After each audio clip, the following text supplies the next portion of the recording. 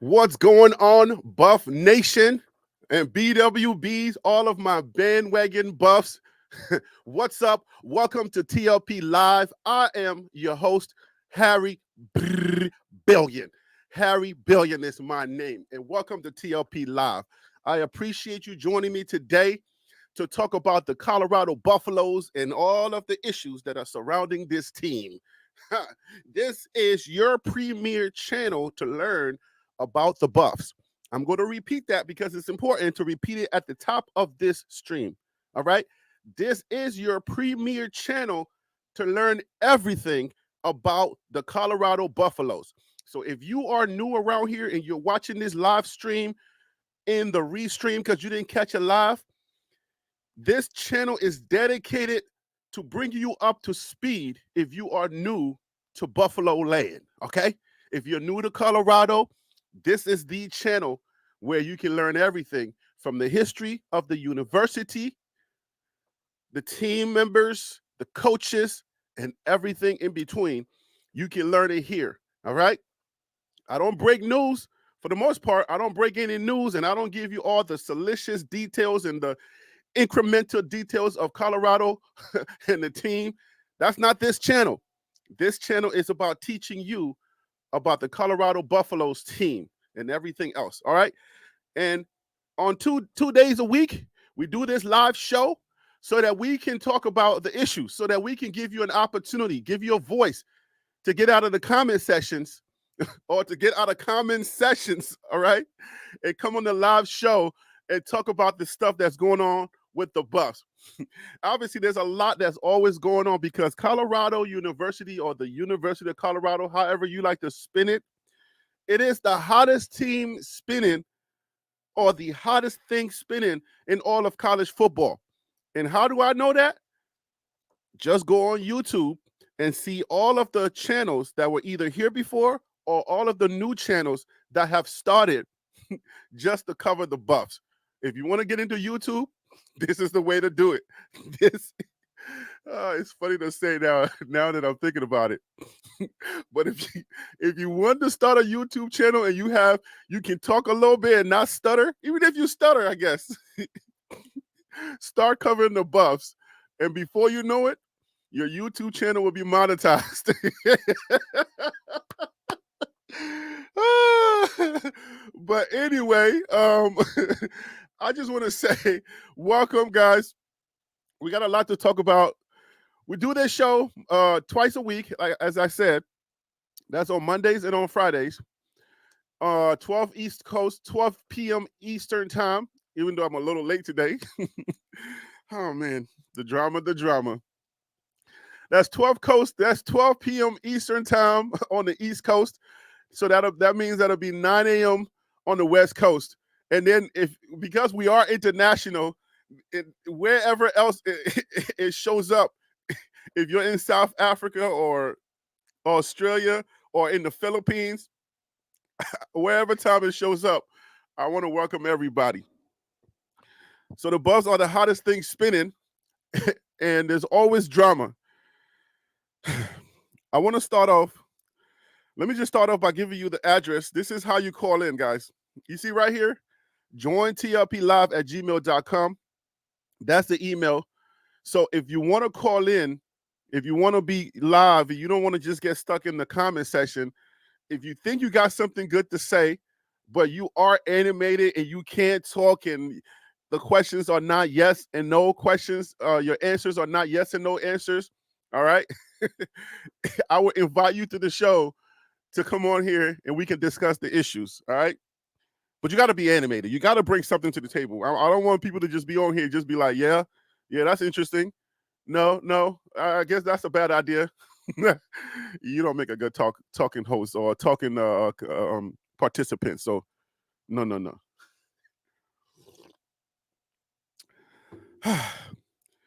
Is everybody in the house? Come on, guys. Where y'all at? Wake up. It's Friday. It's payday. Somebody's got paid today. It's payday. Where y'all at? Let's go. Smash that like button. You see that little thumbs up button, that little like button? If you smash that button, YouTube is going to send the video to other people to start watching. They're going to let them know, hey, Hey, we live over here. We live. We live. We live, and then you can come on and we can have a good old time. But I will exclaim that this show is one of the best shows on the internet talking about the Buffs, okay? Hands down. I guarantee you. You're going to have a good time. So anyways, hit me up. Join tlplive@gmail.com. That's the email you can call in. What I'm going to do is send you a link. You click on that link. You come on. You can show your face or not. Depending on how crazy you want to go in, you can show your face or not, and we can have a good old time. But let's go ahead and get started on the show, guys. Don't forget, my name is Harry B. It's right there on your screen, and my Cash App is there on your screen as well. Okay, or you can do a super chat, but my Cash App is right there. I do this for time. Okay, I'm either creating videos or I'm doing a live shows twice a week. Let's go. Let me say hello to my guests. I don't want to be rude. Feel so real. If you're still here, good morning, my brother. DC Music, DC Carson Music, bro. I got your email, and I want to let you know that's fire. Now, if you can just find me somebody who does trap music, who's a rapper on trap music, and they can put a nice little some words to that TLP joint that you sent me. Yo, that's fire. I like it. I like it. I'm so busy doing research, running around, doing my other businesses, and then doing these videos. I see the emails. Just always know I see the emails, but responding to them are not always going to be this more speedy. Okay. But I wanted to thank you live. I was like, I'm going to thank DC live and let them know. All right. Yo. So here we go, guys. Who else is here? Peter Investor. Thank you so much for the super chat. The $5, man. Peter is like, he's a member. He's like one of those guys that stick around. You know what I'm saying? He's on the live shows. I appreciate you, Peter. Good morning, good afternoon, and hello. Tim Smith, good day, sir. Dallas is in the building. What up? What up? What up? And thanks to you, Tim, I now know how to say Lubbock. Lubbock.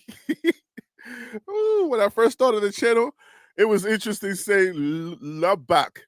But thanks to Tim, I can say Lubbock. So, okay, getting used to this whole, geographical thing about college football here. All right, who else is in the building?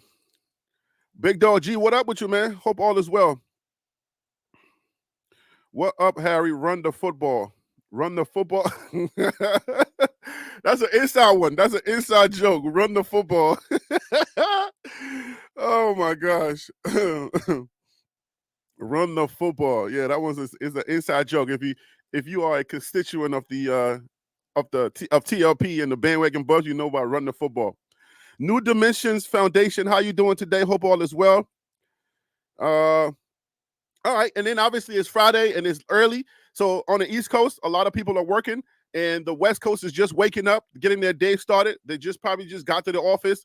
We are in America, and I don't know what you guys are doing on the other side of the world. So, but welcome everybody. Let's get going. I got a question for y'all. Let's start the show this way. Who does it better?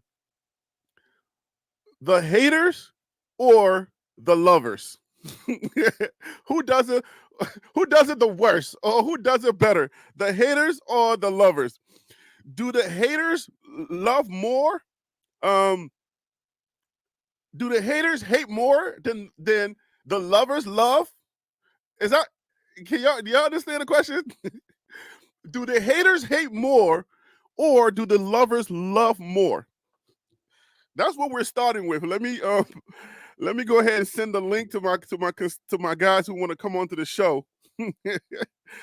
I want you to answer that question, whether you're in the chat, or you're gonna come onto the show. That's the question we're gonna start the show off with. So that's the question. Do the haters hate more? Do the haters hate more, or do the lovers love more? Who does it best? That's what I want to know today.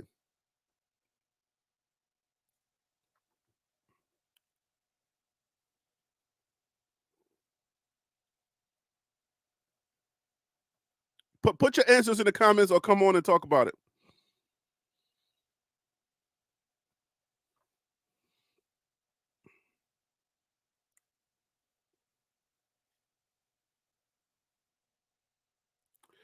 So what are you saying? Let me send. I'm sending myself the link. Sorry for being quiet there. You know, kind of dead air on a live video. Kind of, it's no good.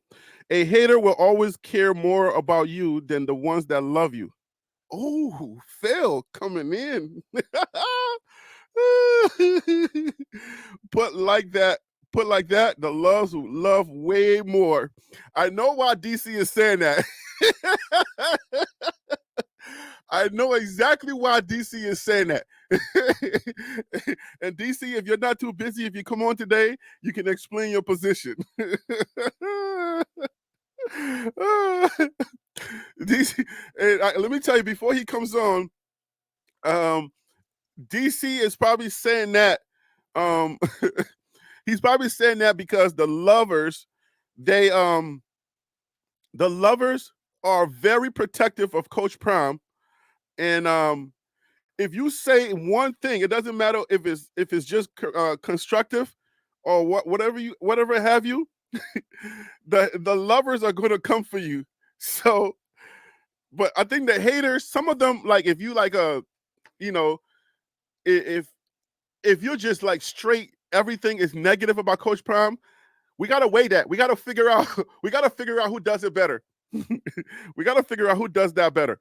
But I'm sending out the link, guys. Let's open up the show. Let's have a little bit of fun. And don't forget, guys, this is Free for All Friday. I always have a theme for the show, and I always got something to talk about.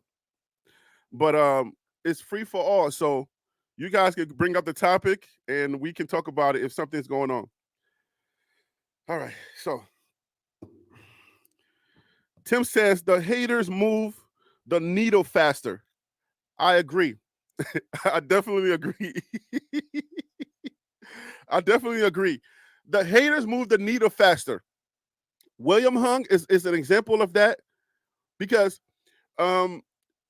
like William Hung from all the way back in the day from America's what is the daggone show? I can't think right now. the singing show. Golly, I can't think right now. William Hung was the biggest example. We remember during that time where William Hung and all the other guys were getting a lot of love. We learned from social media that hate moves the needle much faster than love, because the people, if somebody like you, if you are a good singer or you a good rapper or something, or you do something well, if people like you, they'll be like, yo, good job. That's cool. But they won't necessarily share, they won't necessarily share what you're doing. They won't help you to grow for the most part. Some people, if they really like you, you know what I'm saying? If they really like you, like my guys Phil and DC and Tim, those guys are like vested, interested in what I'm doing, and they want to see me grow, and they're trying to help me. Like Phil sends me links, DC sends me stuff. DC's like, yo, Harry B, check this song out. I think it's dope for you. And then Wild Dog. I haven't seen Wild Dog in a minute, but those people are invested in me. So they like Harry B. I really care about you. I want to see you grow. So you get those people. But on the flip side, the haters, if they hate you, they'll be like, look, friend, and then say, look at this fool. Look what he's talking about. He don't know what he's talking about. Coach Prime didn't say none of that stuff. Look at this fool. So in that sense, Tim is right. The haters will move the needle much faster. Let's bring on DC Carson to the show. DC, good morning, man. Thank you for joining the show. I appreciate you. What up, bro? Appreciate you too, man. All is well. How about you? Man, all is well, man. I'm getting busy in the video. I'm getting back because DC, you know what I was seeing on the internet? People started to take my style, and they were getting crazy views. And I was like, I told my wife, I was like, Keisha, look, they're doing my stuff.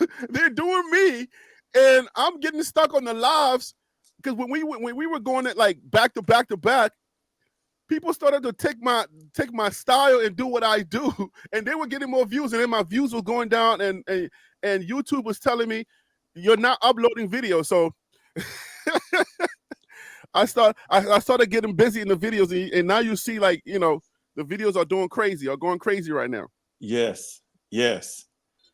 So We're gonna talk about. Let me bring on Phil. We're gonna talk about some of that today. Phil, what's up, man? Thank you for calling in. I appreciate you calling in, man. Are you there, Phil?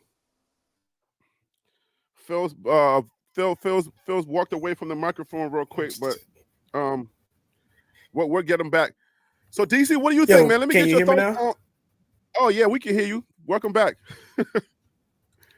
Let me get your thoughts. Let's go ahead and get started, DC. Let's get your thoughts. Okay, appreciate it. Thank you for letting me jump on, man. Of course. I'll start with you, DC. Who does it best? Explain your position. You were in the chat. Explain your position, DC. Who does it better? The haters hating more, or the lovers loving more? The lovers loving more. Oh my God. And I gotta say, some of the lovers are haters from on another end, because like I saw one of the things you posted and people was just coming at you, and it was like, no, you can love something, but obsession is not good. So I love.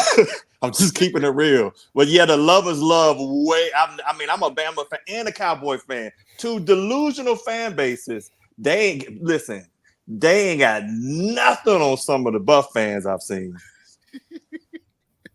So the lovers love more, and then you're throwing it in there delusional. You're calling the Buff fans. You're in Buff land calling us delusional. Not all. I'm saying some. You sure you want that heat right now? You know what? After a show about a while, bring it. I'm standing on it. But not all are. I think it's a lot that love Coach Sanders, but then there's some people who do not really know anything about football, and they'll come in, and anything that's not complimentary or flattery is considered hate. And it's like, well, I mean, and this is not a shade comment, but if you got the third string lineman out of FAU, I'm not gonna sit up here and say y'all finna go dominate the doggone the Big 12. I'm just not gonna say it. I'm not saying you can't. I'm just saying, if I see something like that, I'm just not gonna sit back and go, oh man, they got that third stringer from FIU, or they got somebody that's been out of football for 3 years. You on thin ice right now. You on thin. Hey, that's reasonable though. That's reasonable. That makes sense. Witness protection in the military. Especially if you're no longer current. Say that again. Do they have witness protection in the military? Even if you're out of the military, do they have witness protection? Because you in Buffland, you're saying now we're getting a bunch of third stringers, and we're getting excited. Dude, Harry, I did not say y'all was getting a bunch. I just said if you get one player that's third string and we have to go and that we're going, oh, we finna dominate now. No, I'm not gonna say that. And the reason why I don't have witness protection, because I got a particular set of skills. I'm good. He got them hands. Oh, okay. All right, cool. All right, Phil. Let's what are your thoughts, Phil? Who does it more, or who does it better? The haters hating more, or the lovers loving a lot more? So I'm gonna say the love. Your audio went. Is it an internet connection? Stretch it out. Entertainment said, "I'm here." You back, Phil? Nah, I don't think he is. It broke out for a reason. Okay. So, guys, let me remind you guys while we're waiting on Phil to get his audio right. Phil, you might have to click off and then come back in just so you can get it corrected. Join tlplive@gmail.com. Join tlplive@gmail.com is the email for you to call in. It's free for all Friday, guys, here on TLP Live. We're having fun. We're talking about Buffs. We're going to get into the nitty-gritty about this whole 11 count infraction. And then Colorado has 5. Jim left, right? Jim left he left Michigan. Jim Harbaugh. It's Jim, right? I think it's not John Harbaugh, right? There's so many Harbaughs. I can't keep track. Anyways, Harbaugh left Michigan. There's now that vacancy, and all of the players are up for grabs. At least when coaches leave, you have a 30-day window to jump into the transfer portal if you would like to do that. So there are actually 5 players that my guys over there at the Buffalo's Wire, I think it's Buffalo's Wire, that gave that there's 5 players that Coach Prime can go after, and if we get time, I'll share that with you because we're only 1 hour today. So Phil, are you back, brother? Yeah, I'm back. Phil's Can you guys back. hear me? Okay. Yeah, we can hear you now, sir. Okay, sorry right, about that, so- man. I was trying to use my laptop so I can help look up stuff for you. Ooh, okay. All right, so you good now? Yeah, I'm good. All right, so go ahead. Give us. This is just a fun topic to get the show started, but give us your situation on who does it better. Is it the lovers or the haters? The lovers will always love more than the haters are gonna hate, but the haters will always give you more energy than the lovers do. I look at a lot of CU content, and I mean the first comments that you see is gonna be somebody either trolling or just legit hating. You know what I'm saying? So you're gonna get the most energy from the haters, but love that you're gonna get from the fan base, from whether they are bandwagon buff, whether they've been SCO buffs for 50 years or they just found out about it because of Dion, the love is always gonna be more. Even though they got all these infractions going on, they some crooks and criminals, but we're not gonna talk about that right now. We're gonna talk about that. Don't jump the show. And we got speaking of haters, let's go ahead and discuss this because I think somebody doesn't know how to read. How can you have a real discussion if all your panel members are regulars to your program? To the program, a real host would have invited special guests in order to have a real discussion. So let's remind Yo Creole, I believe. Let's remind him because I know that reading is fundamental. Join TLP live at Gmail. It is. Can y'all? Hey, Phil, you see that right, Phil? It's plain as day. It's plain as day. Oh, it's not blurred out. No, I look. I ain't got the best eyesight. I just got LASIK a couple years ago, and it's already going bad. But I can see this clear. Oh, okay. DC, is that clear on your end? Yeah, I don't know if I can see it so clearly. Maybe do I need to change the font? maybe it's because I'm wearing hate-colored glasses that I can't see. Hey, Phil used to have your position. Don't take the resident hater. Phil, I don't know, Phil. You there's competition. No, I want to be a strong voice of reason in opposition to all the lovers of Dion in Prime. So that way y'all can have, for the ones that don't have knowledge, can have a little bit more knowledge on a wider scale. That's all I'm trying to do. I'm just trying to get more information than one side. That's all. Do you preach in the Baptist church? Because you sound like one of those Baptist preachers, bro. Well, I grew up in the Baptist church. I was on the junior usher board. I was on the step team. I sang in the choir when I was younger. You know what I'm saying? So yeah, I can pull it out if I need to. Thank you. But I'm not gonna do that today. Oh man, you sound like one of those Baptist preachers.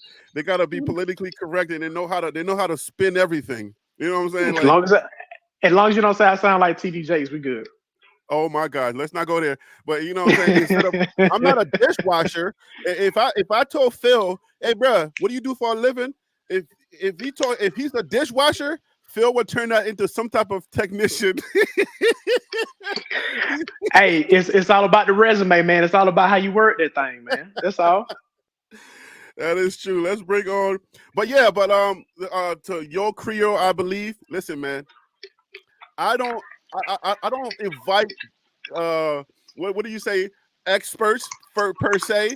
This show is about you. This show, if you want to come on here, as long as you keep it respectful and you don't cuss and stuff like that, so I can still get my little $2 from YouTube.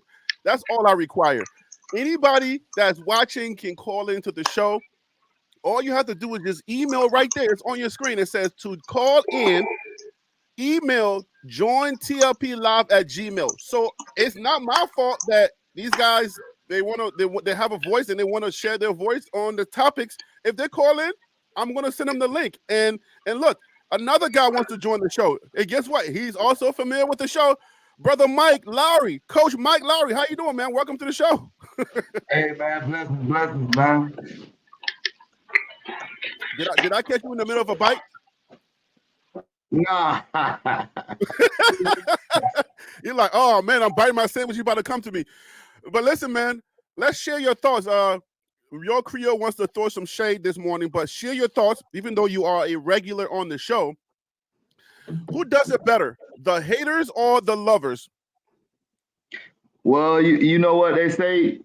The haters always gonna be to the forefront because everyone loves a villain.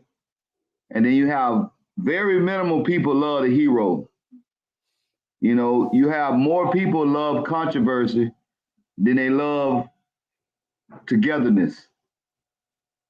You know, look at Maury Povich. Look at Jerry Springer.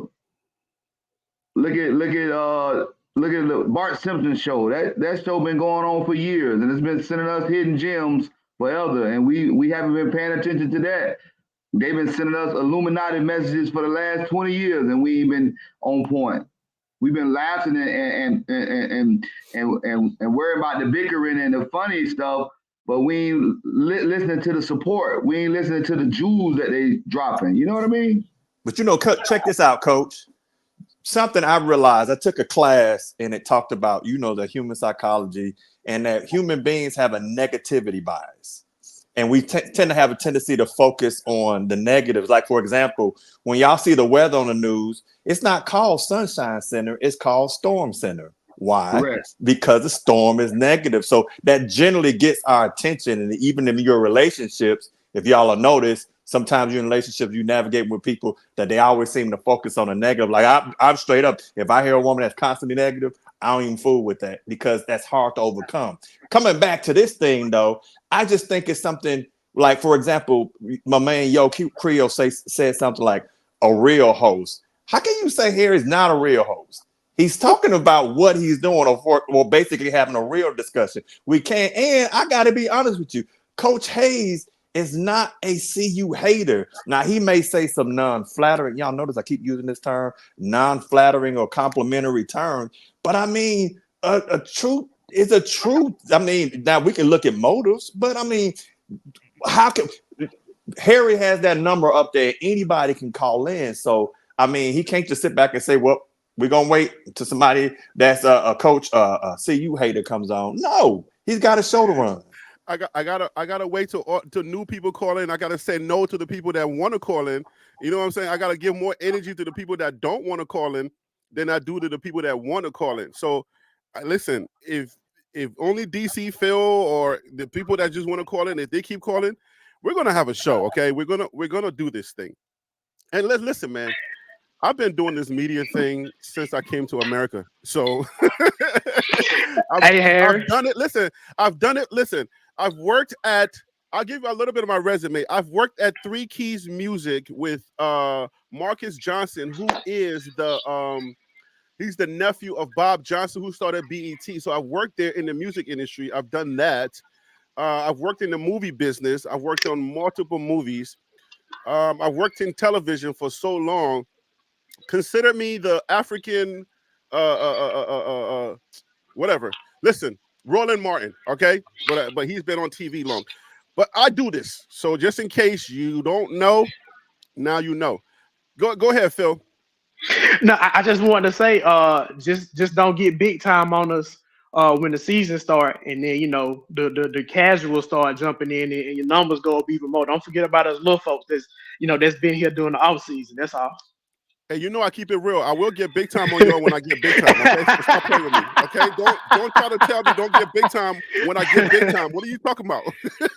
Okay, but I'm gonna start calling you Jason Whitlock then. I'm okay. Harry, I'm gonna call you Harry Whitlock. It's like don't change when you change.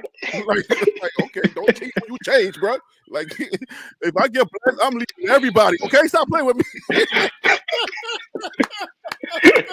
Hey, at least you kept it real. At least you kept it a buck, Woo! man. I've been keeping it a buck. I told everybody if Coach Prime leaves, wherever he goes, I'm going with him. They don't believe me, but you better believe it. If he goes to Alabama, if he goes to Michigan, I'm going with him. I'll be like, hey, wagon Michigans. Yo. All right, guys, let's go ahead. Let me make sure that nobody else is trying to call in. Why is everybody in the uproar with this whole situation when it comes to the infractions? We got 11 infractions. I mean, raise your hand if you watched the video. If you watched that video I put up, or at least you've heard about it. Raise your hand if you've heard about it. So that way, okay. So Coach Lowry heard about it. Yeah, I heard about it. All right, so you guys heard about it. Do y'all know the actual infractions? Who wants to articulate the infractions? Go ahead, Mike. Go ahead, Coach Mike. Let me articulate a little bit what the little bit that you know. Well, the main one I heard, and he been vetoed from. He done got his CU privileges taken, supposedly, allegedly, is the Matt Chesnut situation where he ran out of the tunnel with his son, and his son's supposed to be a recruit. And so that was one of the infractions that I heard about. Mike Chesnick, you talking about the 60, that coach that trains the O linemen? Yes, sir. You said he ran out the tunnel? Suppose his son's supposed to be a highly recruit coming out, and he was on a trip, a visit to CU. And, you know, he had full range to the institution, to being able to be on the field, be in the weight room, be here, be there. And supposedly it was an infraction because his son was on a visit and he was running out the tunnel with the team for their opener of the game. Yeah, I can add to that too, if you like. Go ahead, please. Yeah, so with that situation, from what I understand is you can't, if a recruit comes, they can't be a part of like game day events with the team running out and being on the sideline once the game starts. And also he was in the locker room during the time where he shouldn't have been in there. That's specifically to the Matt McChesney part. They also had a yoga instructor that was there during the off season, and because of the amount of time that they were there, that qualified to say, hey, she should have been an employee for CU, but you can only have 5 people on your strength and conditioning staff. And then there was another infraction where I guess Coach Sanders posted something on Twitter, and you can see somebody that was there in a location they shouldn't have been during a time that they weren't actually even in the transfer portal. So there are a couple of different things that are going on with it. It's not just one situation with a game day, one situation with the transfer portal, one situation with the locker room. It's a few different things all over the place. All right, and then there's the Kwamani McLean situation, where Kwamani McLean took a photo and he was in a playing stance, I guess, on the field. You can't simulate. You can't simulate game day. You can't simulate a game day environment doing recruiting trips. Is the language that I saw. So it all seems weird to me. I think a lot of it is petty, and it's not just Colorado that's getting caught up in it. But I mean, it's a learning situation. I don't think it's that big of a deal. But some of this stuff, it just don't make any sense to me. I'll just put it that way. Coach, do you know anything about this simulation? Like, what is that about? Like, what is this saying? Like, oh, he's going to be real tough or he's going to be real weak? What is that simulation thing about? Well, what happens is that when you bring a recruit in, there's a structured system that they have in place where only you can interact when you're after the game. You know what I mean? Like, some of them get field passes, but most of the recruits sit up in the stands where their parents are at.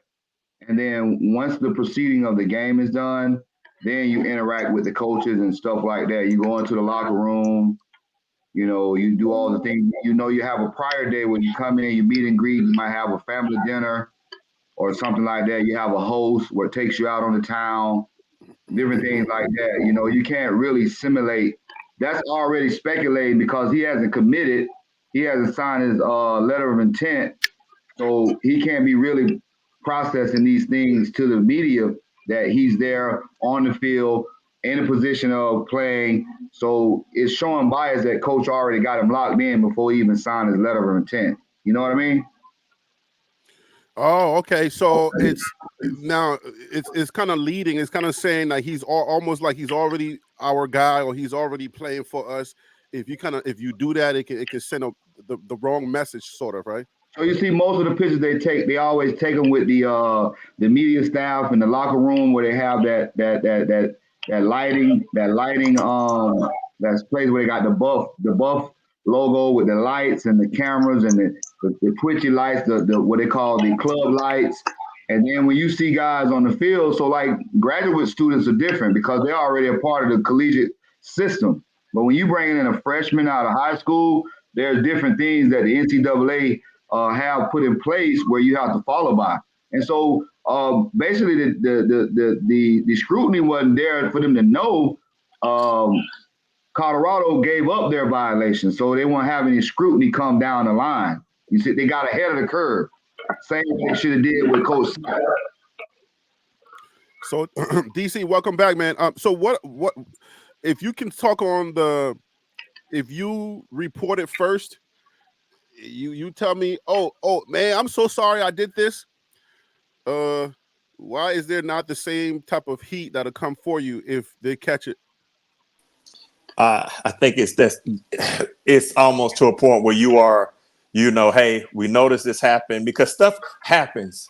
And so, instead of hiding it by reporting it, I think that just is favorable on the school. So it's kind of, and those were minor things too. Because again, I mean, of course, Mike probably would tell you is that, though this is what I've heard, not what I know. It's that it's hard to go through and not have no violations because you can't control everything. Mm. Well, let me ask you guys a question though. What is who's responsible at the school for making sure that violations or the regulations are kept intact? Whose job is that? The AD and his staff, or who's responsible for keeping Coach Prom honest? I heard that each school has a compliance officer that does not belong to the school. It's hired by the NCAA. Is that correct, from what I understand? And that person goes around. That person might even not be a football person, but that person also looks at all of the sports, right, Coach Lowry, not just football, and they ensure they're in compliance. And then let's say if they had a question about something, the school can go or the coaches can go and talk to that person to make sure that they're in compliance before they do something. Well, everything stems from the athletic director. He sets the stone, and then you go down from the director of player personnel, the director of player coordinator, recruitment. All these people have to be in unison together. And so when you have a circus like you have the last year, a lot of those things, get deterred because you're not focused. You got so many. You got Julius Irvin in. You got Master P in. You got Sebastian. You got, I can keep naming, Wu Tang. So when you got all these things going in, you're not you're not focused on the compliance because you have a circus. You got so much entertainment going around you. You forget the small intangibles that take to be a successful organization where you don't get violations or petty infractions, as you call them. So I guess this is a comment, and you guys can speak on it. But if a coach like Coach Prom, who is so innovative, and I'll bring on JR Boxing in a second once I finish this comment. If a coach who is such an innovator, who moves faster than lightning speed because he's such a creative, is he supposed to pass everything or every thought that he gets? He's supposed to pass it by the compliance office before he implements them? Because Coach Prom thinks on his feet. He thinks quick, and he's like, oh, yo, let's do this. Oh, let's do that. And it's a little bit, I mean, now that you're at at such a high level, things that may have gone unnoticed or people not even talk about it. It's going to be a little different here because now it's like all eyes are on you. So let me bring on JR Boxing. He can start his conversation on the JR Boxing. Thank you so much for calling in. I appreciate you, man. What's going on, Harry B? Panel, how everybody doing? But Good, good. Good, bro. yeah, I mean, hey, first year, I'm just happy that there were no academic infractions. So that to me, I think that would have been more of a hit. But yeah, as far as like the NCAA compliance, I want to say probably the biggest one was when they had that camp. I want to say they had like a summer camp somewhere around the end of May. And reportedly, there were like 7 or 8 transfer portal or suspected transfer portal guys that were not actually like in the transfer portal at that time, but they attended the camp and they participated in the camp. So to me, like Mm. that's the biggest, to me, that would probably be the biggest infraction personally. But, year one, you coming from HBCU where maybe NCAA compliance was not a huge caveat in the HBCU community. And Uh-oh. hey, you keep going. You keep going. You keep going. No, I mean it is. It is what it is. HBCU, as far as like the They're like, athletic let them black department folk and do what they program, do. it's not as robust. I will say that it's not as robust. I'm not saying that they're turning a blind eye to HBCUs, but it's not as robust as far as a compliance office. Now, you had a PWI. That's something that these NCAA people, they're looking into. So I'm just happy that it was nothing like serious. They're all minor infractions. It's something that you learn from, and then you just keep the program going in the right direction, what Coach Prom is doing. So, but yeah, that biggest one with having that May football camp and not, vetting completely vetting the people that were in the transfer portal or not completely registered in the transfer portal. I think that was a big thing. That to me, that's a big issue. But you live and you learn, right? So, guys, if you can do me a favor, please smash that like button so that we can get more eyes or we can get more people watching the video so that YouTube will send the video over to the people that are not aware that we are live, okay? The busy people. So, please, I appreciate that. And this is the final question. Then we'll move on to our next topic. I guess I'll add on to the question that I asked. How does how does it go when it comes to as far as it's concerned, where Coach Prime has to kind of say, "Hey, are we good here?" to a compliance office, or should somebody be on the sideline, or somebody who works, somebody should be in his office who is keen on the rules and the regulations, where he can just be like, "Hey, am I good with this?" So it's not like he has to send an email or something, so he can just kind of quickly get an answer because he's so creative. Like his mind is like it's going like boom, boom, boom, boom, boom. Ooh, I want to do this. Ooh, I want to do that. Should he be side by side with a compliance person to do everything that he wants to do? Go ahead, Mike. Go ahead, Coach Lowry. So as I'm looking up the human kinetics in the there's a 450-page bylaw. Do you understand that? Yeah, And he reading all of that. Yeah, I'm reading it right now because I like when the chat No, I throws said, things. yeah, I said, nah, he's reading all of that. That's crazy, You right? know he's not. You know he's not finna read all that. That's why I said it was a circus going on because it's held to the administration. The administration is the athletic department, and so when you done generated what they say $133 million, and the football program has bought in $13 million, you think people got time to check the bylaws? Well, shouldn't somebody be right there to kind of say, no, that you should be, you know what I'm saying? So the laws report that the institution has to mandate itself. So with the infractions that they have committed, they already reported that to the NCAA. Mm. Without the scrutiny coming in, because it says that the bylaws are here to protect the media, the institution. Let me continue to read it for you. Not the whole 400 pages, bro. No, I ain't gonna read them. Each institution shall comply with all applicable rules and regulations of the association in the conduct of its intercollegiate athletic program. It shall monitor its program to ensure compliance and to identify and report to the association instance in which compliance has not been achieved. In any such instance, the institution shall cooperate fully with the association and shall take appropriate corrective actions. You hear that?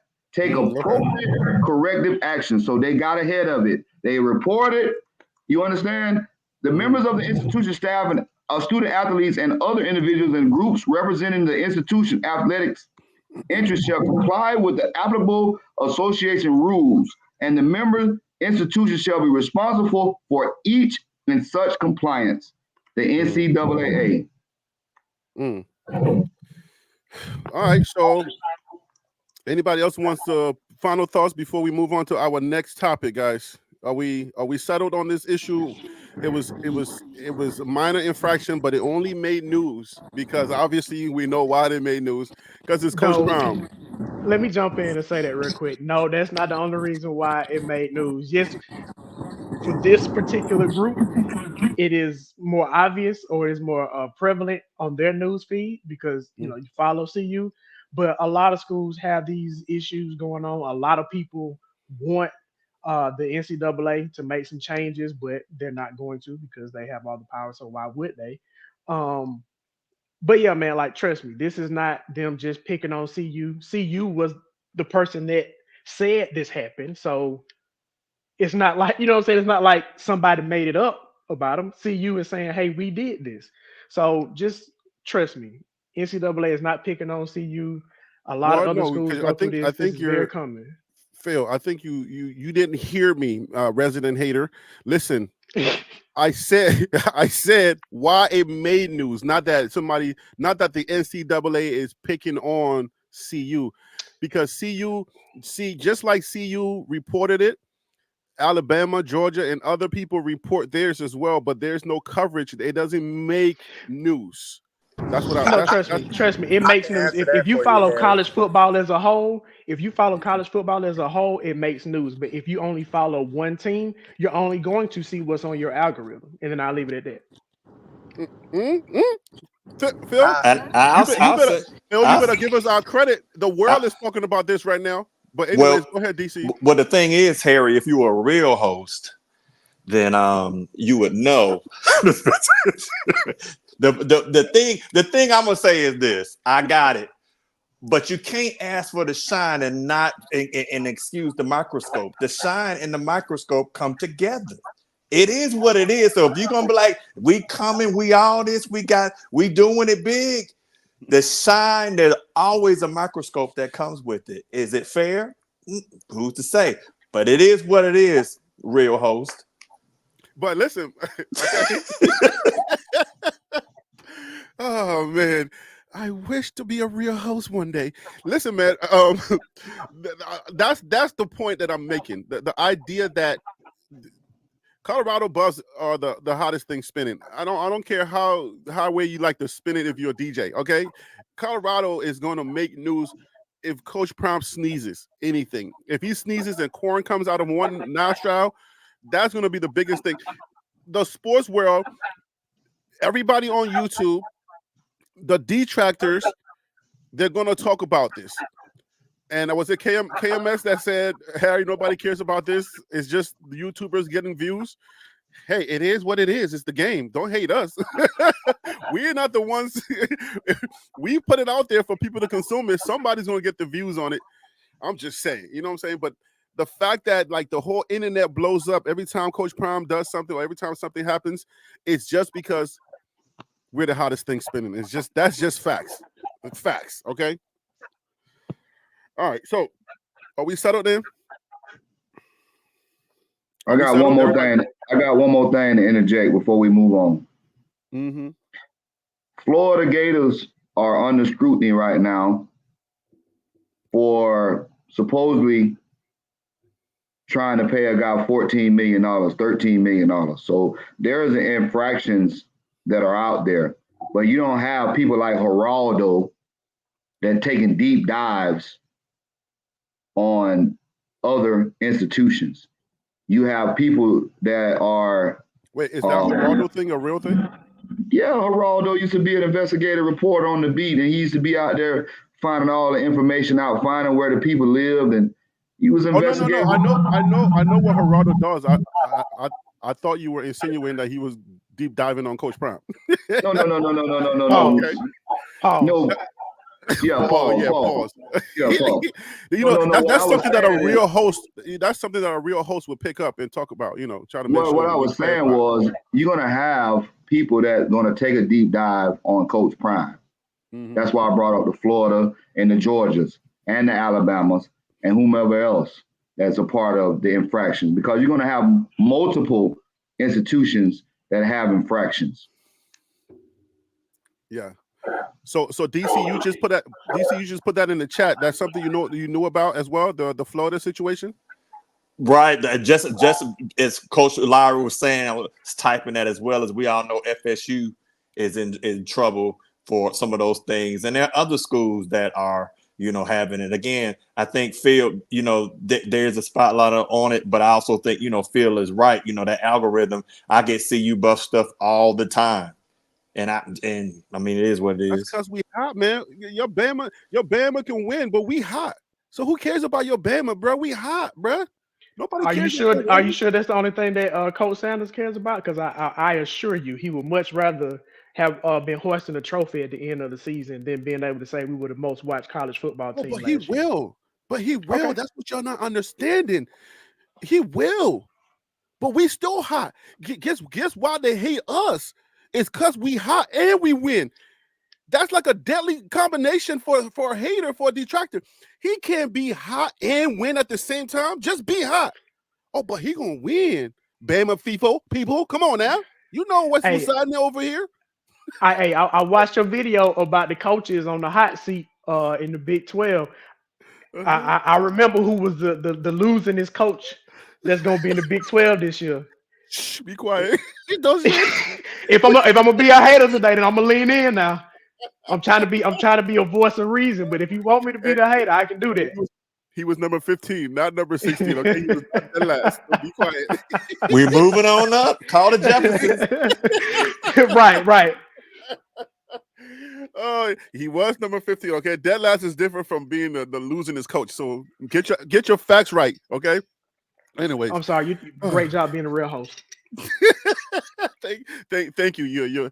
You better recognize. Anyways, okay. So before we close this segment out, for those who are not aware of college football NCAA infractions and how they go, what are considered major infractions?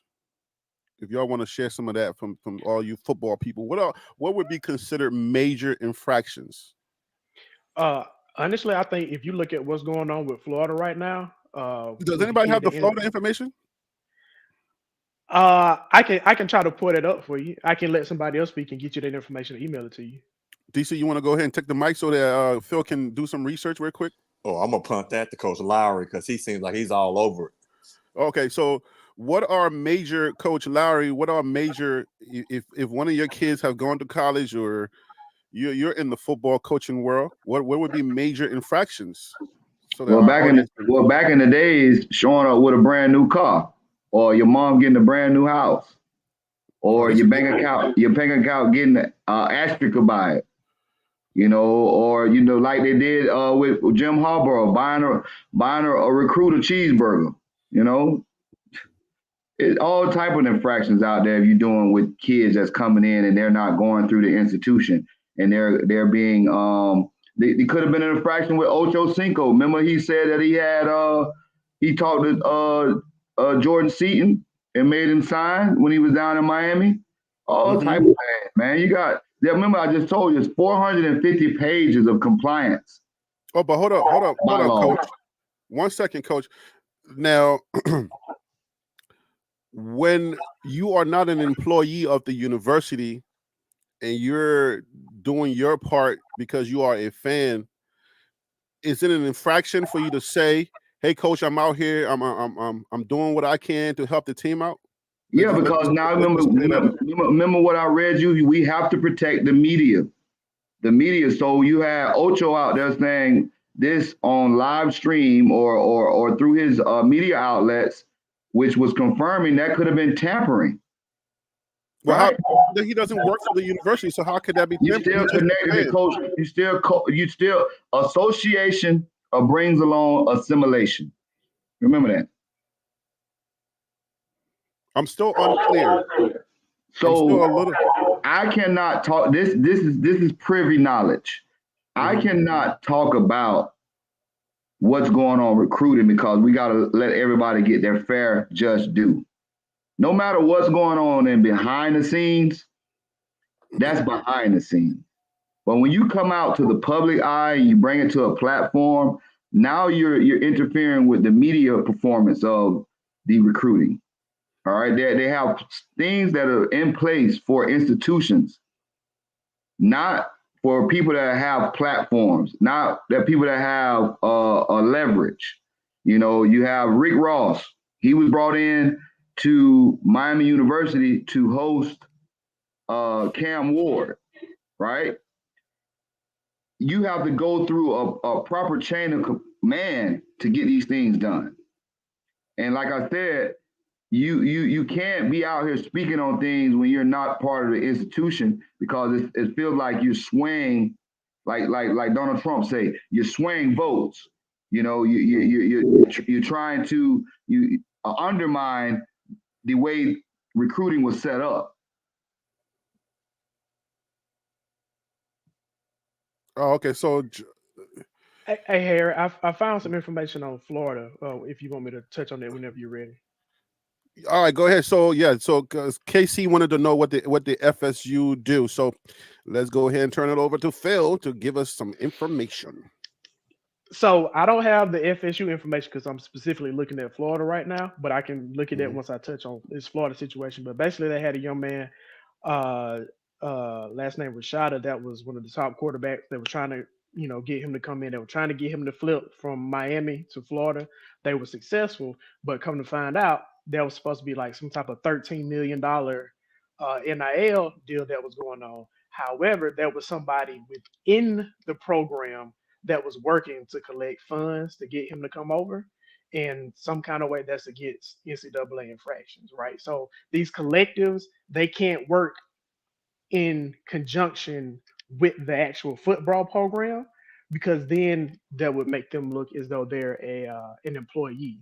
So that's what's going on. There was some inside stuff going on with somebody inside the football program trying to establish a collective to pay this young man to get him to flip from Miami to Florida, which he did. He ended up dropping out when they couldn't give him the money, and then he went to I want to say Arizona State maybe, but he went somewhere out west. So that's what's going on with Florida. I'm gonna look up Florida State now. This you talking about the Gators, not the Seminoles, right? Correct. If we say Florida, it is Florida Gators. If we say Florida State Seminoles. Okay. So that's how you'll do. Like, okay, that's how your football world do. Because obviously, we got BWBs out here, bandwagon buffs who are not keen to college football jargon. So we got to clear that up sometimes. That's what real hosts do. They clear things up.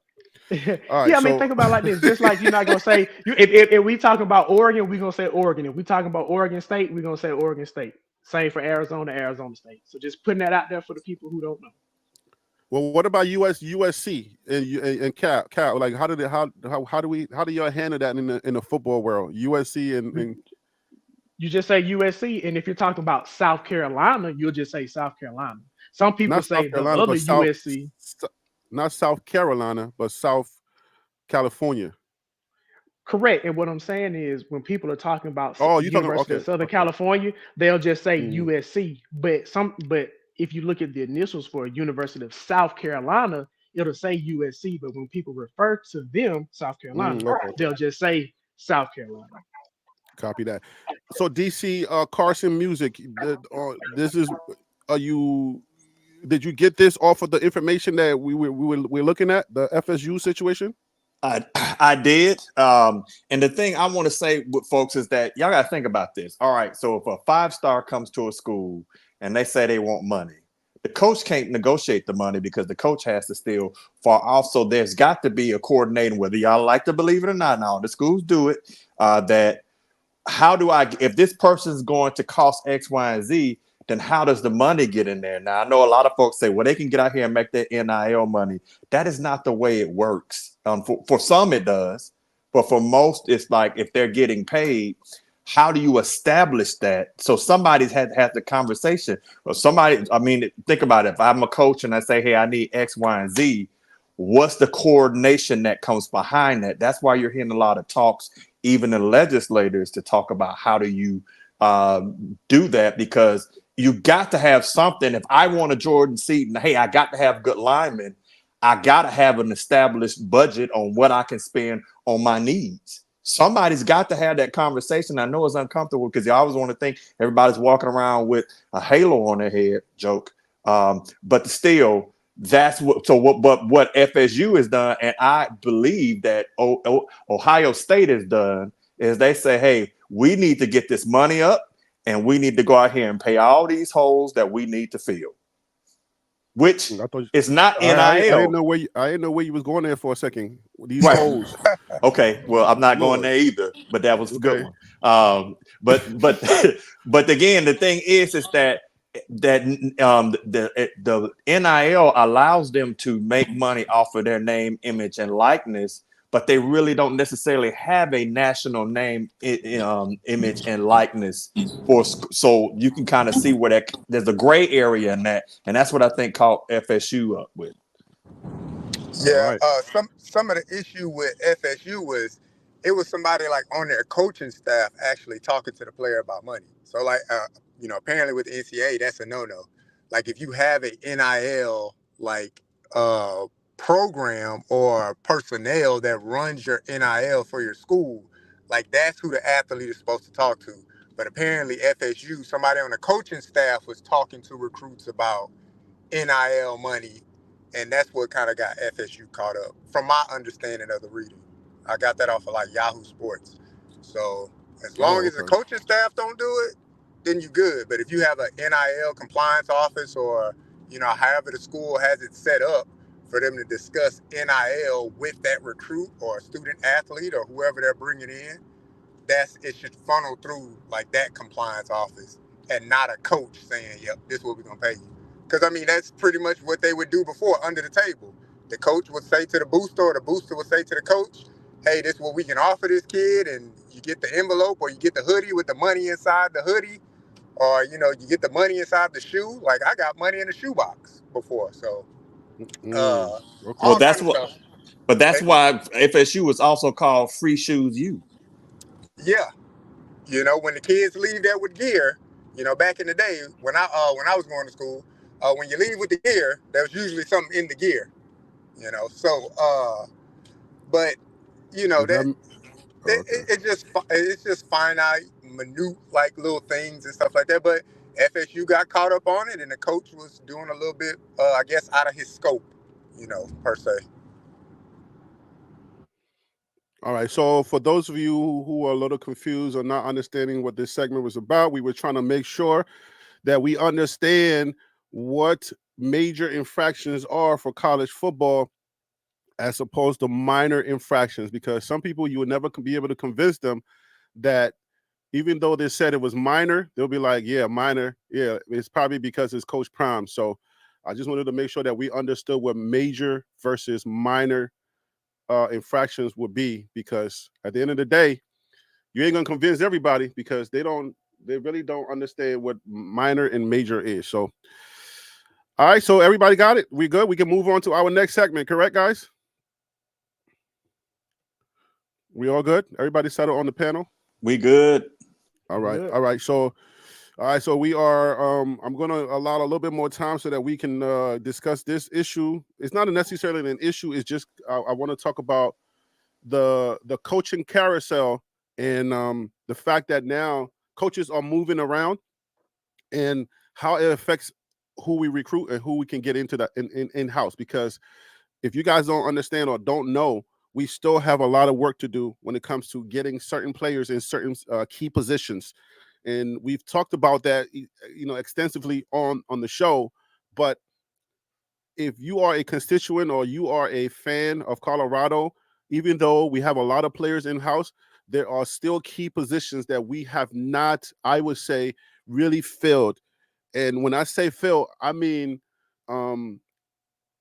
getting NFL like players. Because if you're going to win, if you're going to take over the Big 12, you can't just say we're taking over the Big 12. The Big 12 is not an easy conference. That's why I'm doing all of the research videos that I'm doing. So you got the quarterback information. You can watch that video, Shador versus the Big 12 quarterbacks. Now you got the coaches and their winning percentages. That's Coach Prime versus the Big 12 coaches. I'm doing those videos to bring us up to speed to understand how hard it's going to be, or it's not going to be easy to win in this Big 12. Coach Prime actually wants to go to that top 12, the 12-team playoff system. How's he going to do it? We still have positions to be filled. And some of the positions, and I'll give you guys a chance to also articulate your thoughts on which positions you think we still got to fill. The linebackers position, or the linebackers room, I still feel like it's the weakest on the Colorado Buffaloes team. We don't have NFL type linebackers. And when I say NFL type linebackers, I mean somebody who we know that is strong enough to where he can get, well, he will go to the NFL. Like, he's going to get drafted, whether it's the 4th round or at least he's going to get an invitation. If you see that, let me know, because I don't see that at all. So we still have room on this roster, and I want to start it off with this. Or let me get you guys' opinions, and then I'll give you this list of players that I think we need to target from Michigan. So I'll start with you, Coach Lowry. What are your thoughts on that situation? Well, if I love the well off videos because it give us a eye view, a bird's eye view, or a buff's eye view. And when you look at some of the players that are in right now, and you go over the college football pro focus rating, all you need to do is add a couple more depth to the linebacker room. You already have a guy that had numerous snaps and only missed 6 tackles during the season, and that's Devontae Bentley. And Levante, not Devontae. Levante. Mm-hmm. And all those other guys are guys that we can still coach up because they have a little bit of eligibility left. And remember, you still have the February 4th signing day, which is going to probably be a couple freshmen that they sign, so they might address a couple linebackers there. And then you're still going to have, after the spring game, it's going to be the last 30 days for the transfer portal. So they might address some issues there. I feel I'm not bullish on Levante Bentley.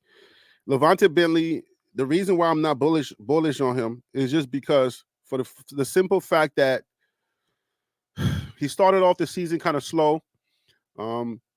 He went in there, he was messing up. The coaches had to pull him, and then whatever they told him, you know what I'm saying, he came back and finished the season off pretty good. And I think his numbers were 40. And if you watch the linebackers video that I did, he's in there with some of the linebackers that are in the Big 12, but 40 tackles is not NFL type thing. So if we talking about the NFL with 32 teams, that's going to be either 32 or 36. You guys can correct me, but they're pulling from all of the top colleges. They're not looking for Coach Prime players. So we got to be real on when we have that conversation. So but you got another thing, not to cut you off, no disrespect, but another thing you got to understand that the Pac-12 was basically a throw, get it out there, throw it in space, and now the cornerbacks and the safeties got to make plays. The Pac-12 rarely ran the ball unless you was going up against people like Oregon State or Utah. Everybody else, and then UCLA ran the ball, but everybody else was throw it around the house. Well, the Big 12 they're not a pass first, conference, so we understand that. But also their quarterbacks are terrible. I mean, quarterbacks are absolutely terrible in the Big 12. Good Lord. Go watch the quarterbacks video. You'll understand what I'm saying. But so like I said, I'm not a big fan of Levante Bentley as far as him being the top guy on our team. If you were to talk about Levante Bentley as being a depth guy on our team, then I would feel more comfortable. But if you're going to say Levante Bentley is our guy, then that makes me feel uncomfortable that if that's the best guy that we got. You know what I'm saying? Because I don't feel like he's any round NFL draft. No rounds. You know what I'm saying? Like he's like he can only hope to go to the NFL through like Coach Brown begging somebody or saying, please put him on the practice team. That's what I see. I'm just telling you the truth, because there are so many better linebackers that are in college football, and we don't have one of them. Harry, I think can I jump in real quick? Go ahead, Phil. Go ahead, Phil. Okay, thank you. I think you're discrediting the fact that people can improve, over the offseason. I mean, that's optimistic. Yeah, I mean, I'm just optimistic, I guess. But you're not the optimistic guy. What are you talking about, Phil? What are you talking about? But again, I remember I said I'm trying to be the voice of reason. Now I'm a little bit higher on Bentley than you are. I think he's a lot better than you see. But even if he's not as good as you think he should be right now, that's the whole point of having the offseason. That's the whole point of having the strength and conditioning. That's the whole point in taking advantage. Wait a minute. Is this a new Phil? I'm just speaking my truth. I think he's good enough. Your truth is usually like, yeah, you're getting a bunch of bodies and stuff like that. Like, but anyways, go ahead. I'll let you have it. Cool. So, but in all seriousness, I really do think Bentley, with his playing style that he has and the playing style that we're going to see from the Big 12 this year, I think it will lend itself for him to have a better year. And if the goal is just to get to the league, I think he can definitely make it to the league. I think he's talented enough to make it to the league. And I think this year he will have there'll be much more improvement from last year. And I think you're going to be higher on him come, we'll say, October than you are right now. There's only 32 teams in the NFL. I'm aware of that. And there's 7 rounds, and you also have people that are undrafted free agents. If you're just getting to, if the goal is where does he go? How does he get to the NFL? You give me your prescription. How he makes it? It's no different than anybody else. He's gonna have to put some good film out there. He's gonna have to flash here and there, maybe get a couple of sacks here and there. But it's all about making sure he's where he's supposed to be to stop the run. And when he has to drop back in coverage, does he have the speed to get to the running back or get to the tight end or whoever it is that he's going to be covering coming out of the backfield? I think he has the ability to put good enough tape out there to get to the NFL. Well, you know what? I would say that, you know what? That's a real nice take. Feels so fake. Yeah, right. Like this is a new Phil. Now I'm giving everybody. Hey, come on, man! God, dog, y'all coming at me. This is a new Phil. Hey, I got to put on the whole armor today, man. Man. My goodness. We got this 50 cal rounds incoming. Fire. Okay. Phil, I'm just messing with you. No, he's right. No, he's right. But then I guess my thing is, I'm going to be I'll be an antagonist today. Yeah, you take his position, please, because I need to hear somebody who's around here. What is this? That's like, since we don't have a real host, I know. Thank you, God. Somebody can be real on this panel today. But the thing is, I guess my thing I'm asking staunch CU fans is this. How do you know all this going to work? Like, how do you know the trenches are going to be that improved? Because, again, you can win by, let's say you lost by a margin of victory of 6. And then it changed. But that doesn't mean it. Are you talking about Stevie Davy? Are you talking to Stevie Davy right now? Because I had his quote up. I'm talking to that and several others. It's like, because you say, let's say your margin. Let's read his quote. I think people underestimate how much the trench improved will uplift every other position on the field. Go ahead. Now you can Right. go. So my thing is, you can say it looks like that, but you don't know that as a fact. That one of the things is I would sit back and say, if my observation of CU stuff is that there's a lot of optimism, and then of course there is that there's the pessimists, the haters, but then the realistic. You cannot state something as a fact until you actually see it. So my thing is putting the whole team together, and I hope we talk about like the Marines training with them and that whole kind of buddy system and all that stuff.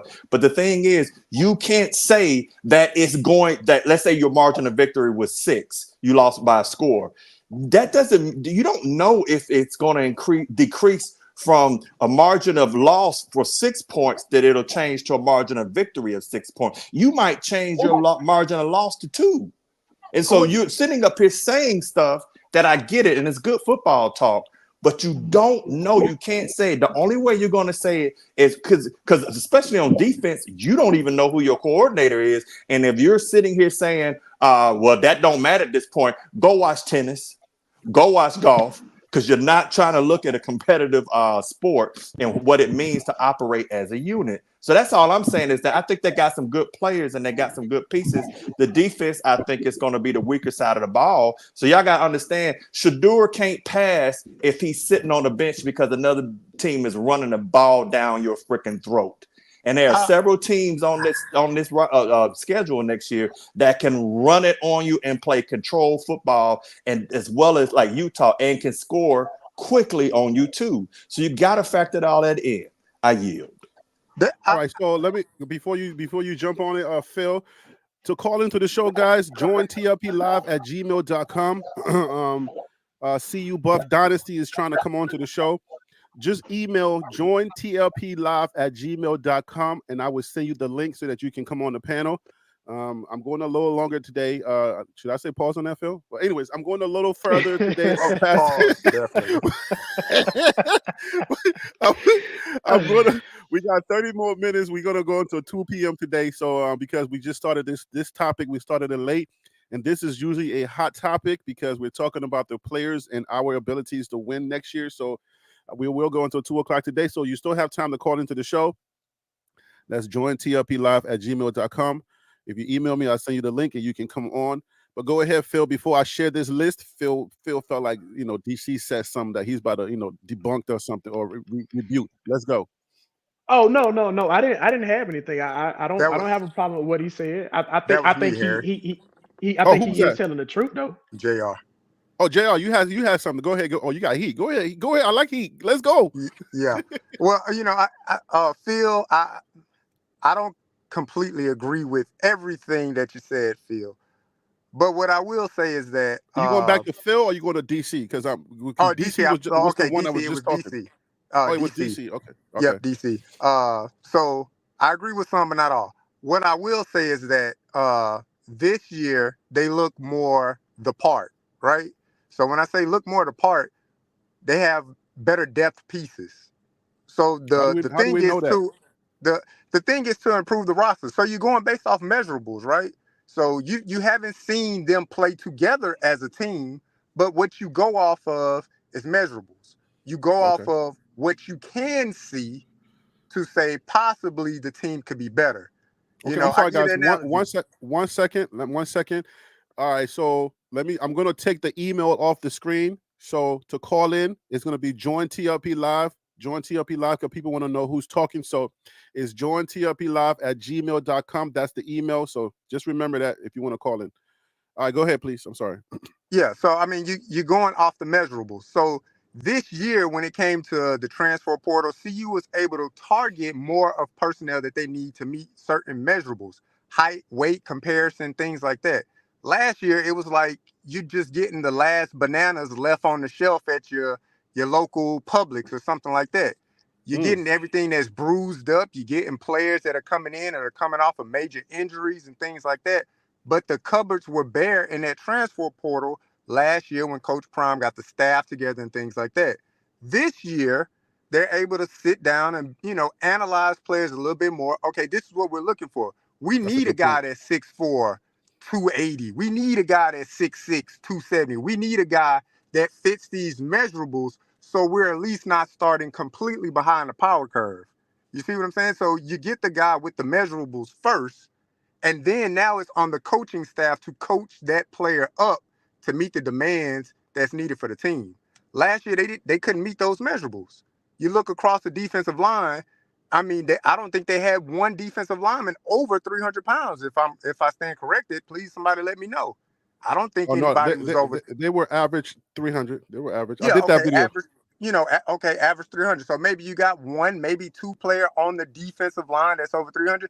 This year they probably brought in 4 to 5 guys that are meeting that at least weight metric. So it puts you in a better space as a team. We don't know how they look in pads. We don't know how they're going to play together, but it starts you off in the right direction. And that's all. I think that's all fans are saying. At least we're starting off in a better direction. Because last year everybody's on the hype train. Every video made about every player, oh, they're gonna be amazing. Yeah, but Travis J coming off I was one of those guys. yeah, Travis J coming off a ACL injury, and he was set back. Clearly, you could tell he wasn't 100% when he was playing in Oregon, when he got beat on that touchdown. So it takes time for players to develop. It takes time for their bodies to get right. This year, they went after players that meet the part. Okenlola, how big is that dude? 6'6", 6'5", something like that. The Quincy guy from LSU, what is he? 6'6". A lot of the defensive line players that they brought in, they're meeting the metrics. Same thing for the offensive line. They're at least meeting the height and weight metric. Now, what they look like performance-wise together remains to be unseen. But you're starting off in the right direction. And I think that's what has a lot of people excited. We're at least starting off in the right direction. Last year, we were excited just because it's Deion Sanders. Now we're starting off excited because we see the measurables of the players. Hopefully, they can produce on the field. JR Boxing is bringing the heat today, but I tell you, man, you actually made a great point. And I think what people have to understand is that preseason, nobody knows anything. We don't know what's what. But when you talk about these things, you want to have a level head, and you want to know how do you measure the data? How do you look at the players, and how do you evaluate players? That's what these preseason shows and the talk about the team and the players and the availability of the players. That's what these are about. So you can understand that, okay, what am I looking at? And I think what JR was saying is basically, look at what we had. What we had in the past was at the spring game. So Coach Brown had his team. The spring game happened. People bolted out of here. So now you're left with, like he said, riding bananas or whatever the analogy was. Now you don't have, you know what I'm saying? You really don't have the team that you were expecting to have, that you were so bullish about going into the season. So now you're going to have to kind of scramble and duct tape your way out of this whole season. But we're starting off the season with the measurables and the things that we need to look at. So I think that was a great point. Harry, your mic messing up. Harry, your mic messing up. My mic is messing up? Yeah. Yeah, can you hear me? It just sounds double and it sounds like a robot. Y'all can hear me? Mic check. we can hear you, but it's a lot of static. Okay, hold up. Mic check. Can you hear me? Like Lima Charlie, loud and clear. Y'all good now? That's good? Roger 10-4. Much better. What is this? DC, you been helping this guy with military terms? What's going on? Like, oh, Coach Lowry already know it. Nah, man, I told you my grandfather was a military police officer in the Air Force. oh, okay. All right, so, but I guess what I was saying, I don't know if my headphones, because I didn't want to have the feedback, so I put the headphones on. I just took the headphones out. And it seemed like it's better, so I don't know if that was the issue. It seemed like the you got a bug, man. Hey, listen, you got Illuminati on board, man. You know they send a bug. I think it was because his take had static to it. Something was happening, so I think that the computer was trying to take over this microphone and transfer it into my other microphone. But anyway, so yeah, I thought that was a great point that he made, that we need to make sure that we understand how to read the data, how to look at it. And it's obvious that we don't know any any of the players or how they're going to translate into the new season. But what you look at is the fact that Coach Prime lost half of his team, or at least the guys that he was counting on, to the transfer portal right after the spring game. So he didn't really have a full team. But now he's starting off with a full team, and I thought that was a great point.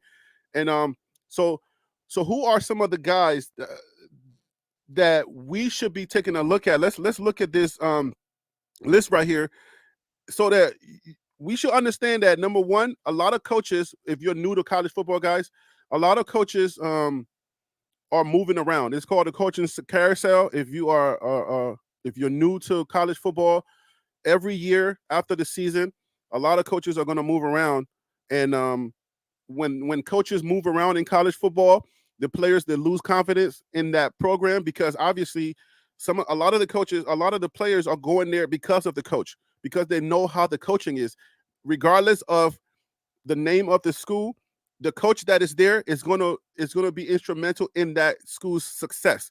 So if the coaches leave, now you have players that feel less confident about their chances of, being on the winning squad. So Michigan's coach is going to the NFL. He's going to be the Chargers coach. So now you got players that Coach Prime should be targeting from Michigan, and who are those players? And I want to thank the Colorado Buffaloes Wired at usatoday.com. This is Jack Carlo's article. So, Jack, salute to you.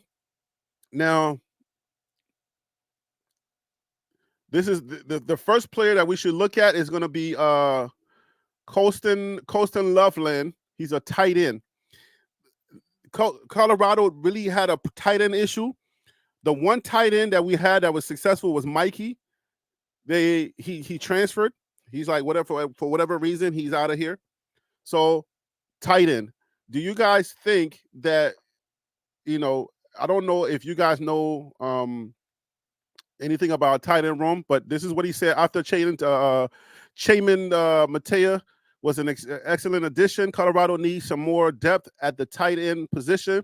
Loveland was one of the best tight ends in college football this past season.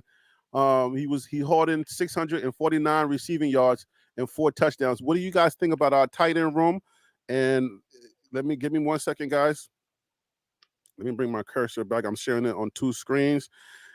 CU Buffs Dynasty, welcome to the show. Thank you for calling in. I appreciate you.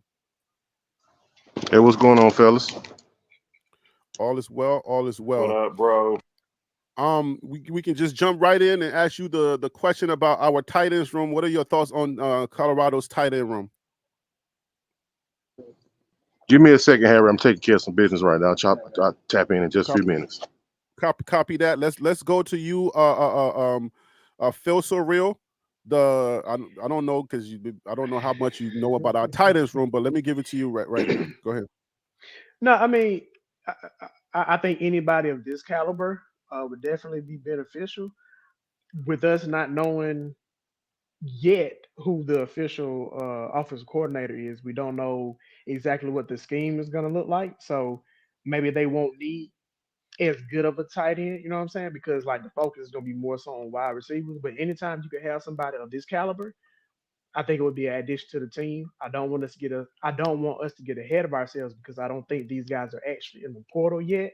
But yeah, if you want to go to CU, I'm very confident that Coach Sanders will take him. All right, so JR, what are your thoughts on this?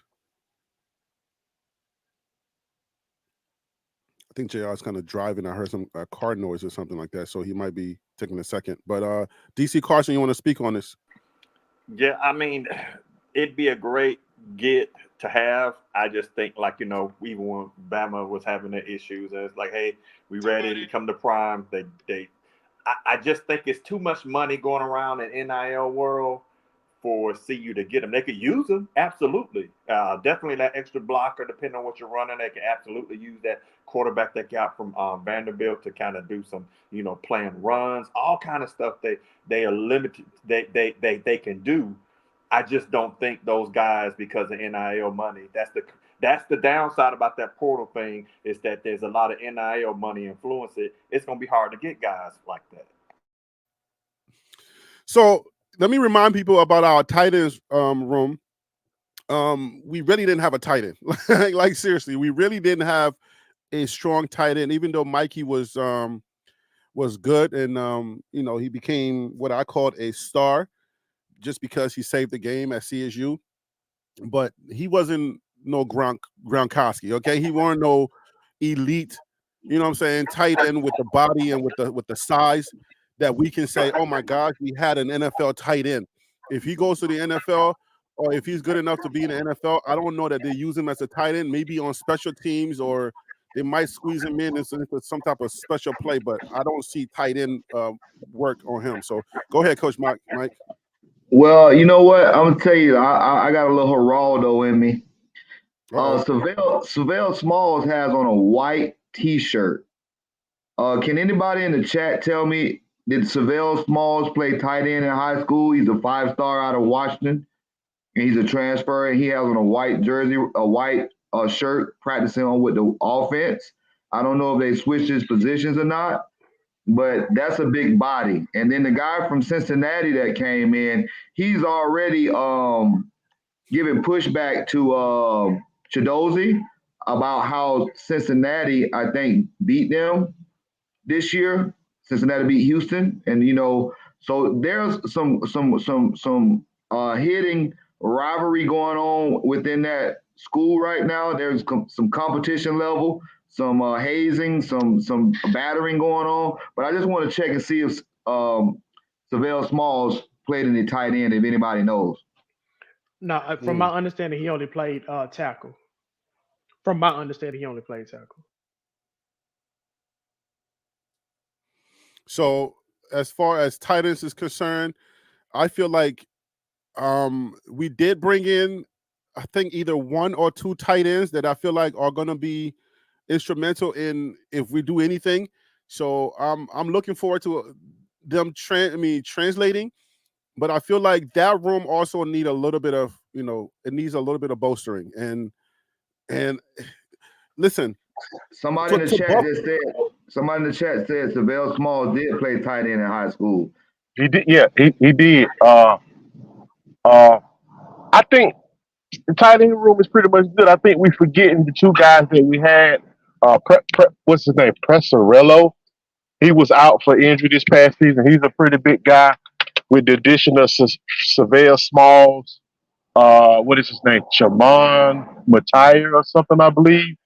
And then also you also have Brandon Davis Swain, who played tight end as well in high school. Yeah, that's what the writing is saying. That's what what's the name is saying. He said with Wild Chaman Mateer was an excellent addition. Colorado needs more depth at that tight end position. So I do agree that we need more depth in the tight end room because number one, people get nicked up and people get hurt and stuff like that. So you can't rely on one player or a guy that's one good guy. You need depth because if we're going deep into the playoffs, if we're going deep into college football, we need to make sure that we have a couple of guys that we can depend on because if you guys watch the season, I don't know if you understood, like teams were making adjustments at almost every position against us. And they were bringing in fresh legs like almost every time, and they were really frustrating us. So we get one guy, like DC said, we get a third stringer, and we getting excited, but we need to have multiple players, guys. I can't stress this enough. You need to have multiple players that are good at each position. So, anyways, let's go to the next guy. Linebacker. Oh, this is the one that I'm talking about here. Linebacker Ernest. Was that Hausman?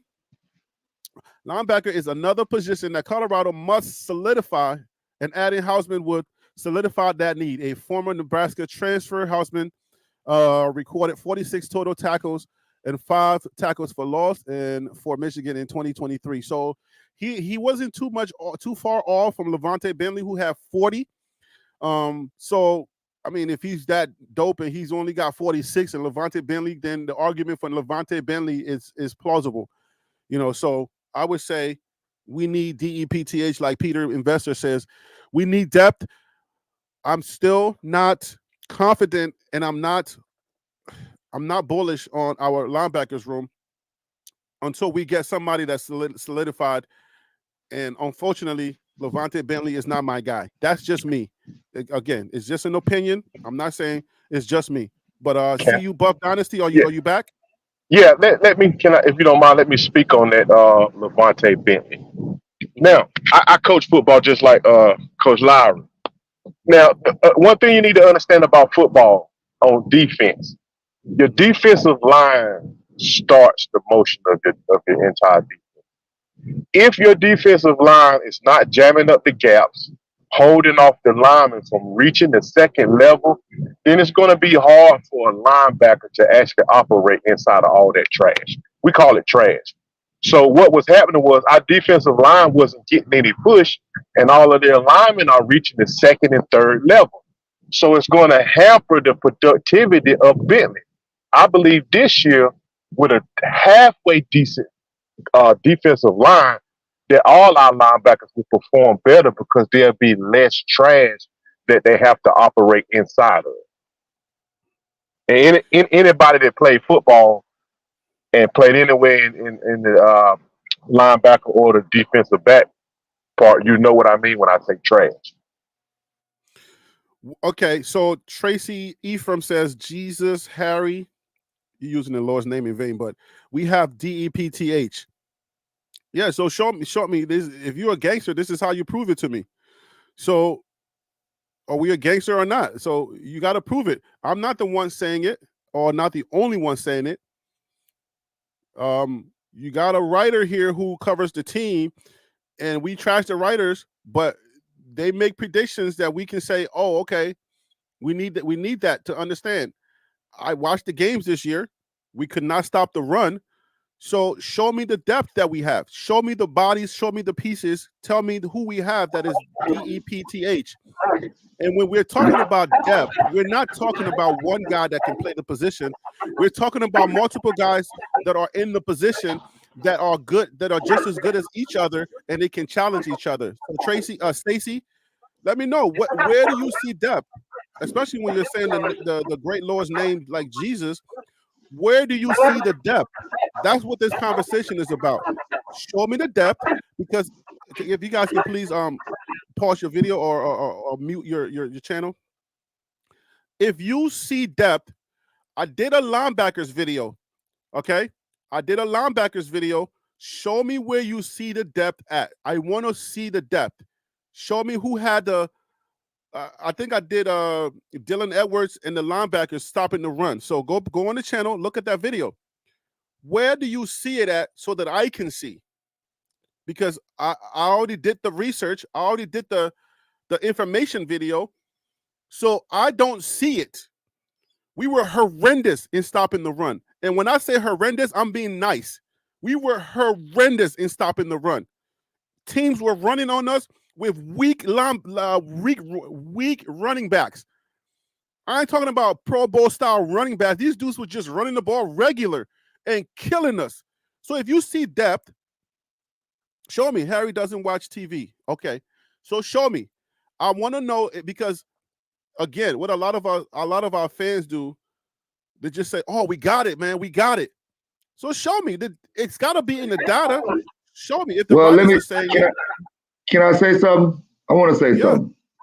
So what happens is, Coach, CU Buffs can attest to this. You have to give these guys game rep situations. They got to be involved in the scheme in the beginning of the year. All right, you can't throw nobody in the fifth and sixth game and expect for them, when they're dealing with their emotional state. These are young men that are turning into grown men. Deal with being third on the depth chart, fourth on the depth chart. And when they get that chance to be thrown in because the team is falling apart, they're not as enthused as they was when the season first started. That goes into the psychologically of the game. The game is 90% mental and 10% physical. These guys have the physical attributes, but they don't have the mental attributes because they're going through a psychological warfare.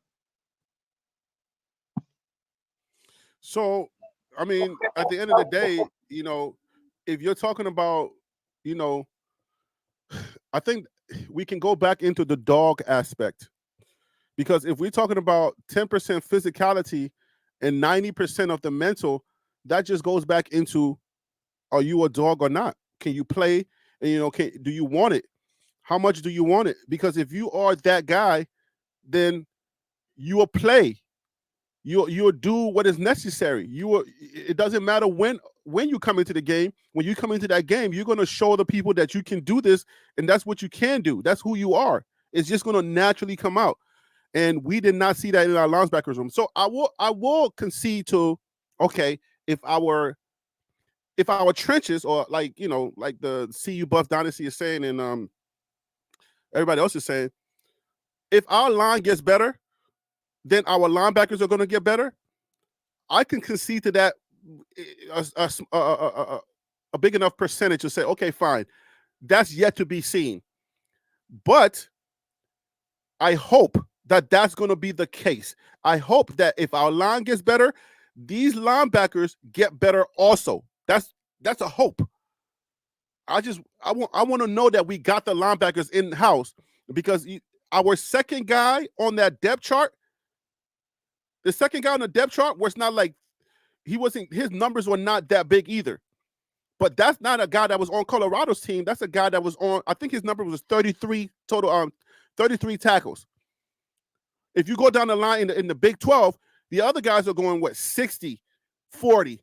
I'm talking about the depth guy now. So it starts with the top guys like 60, 40, 49, 30 something.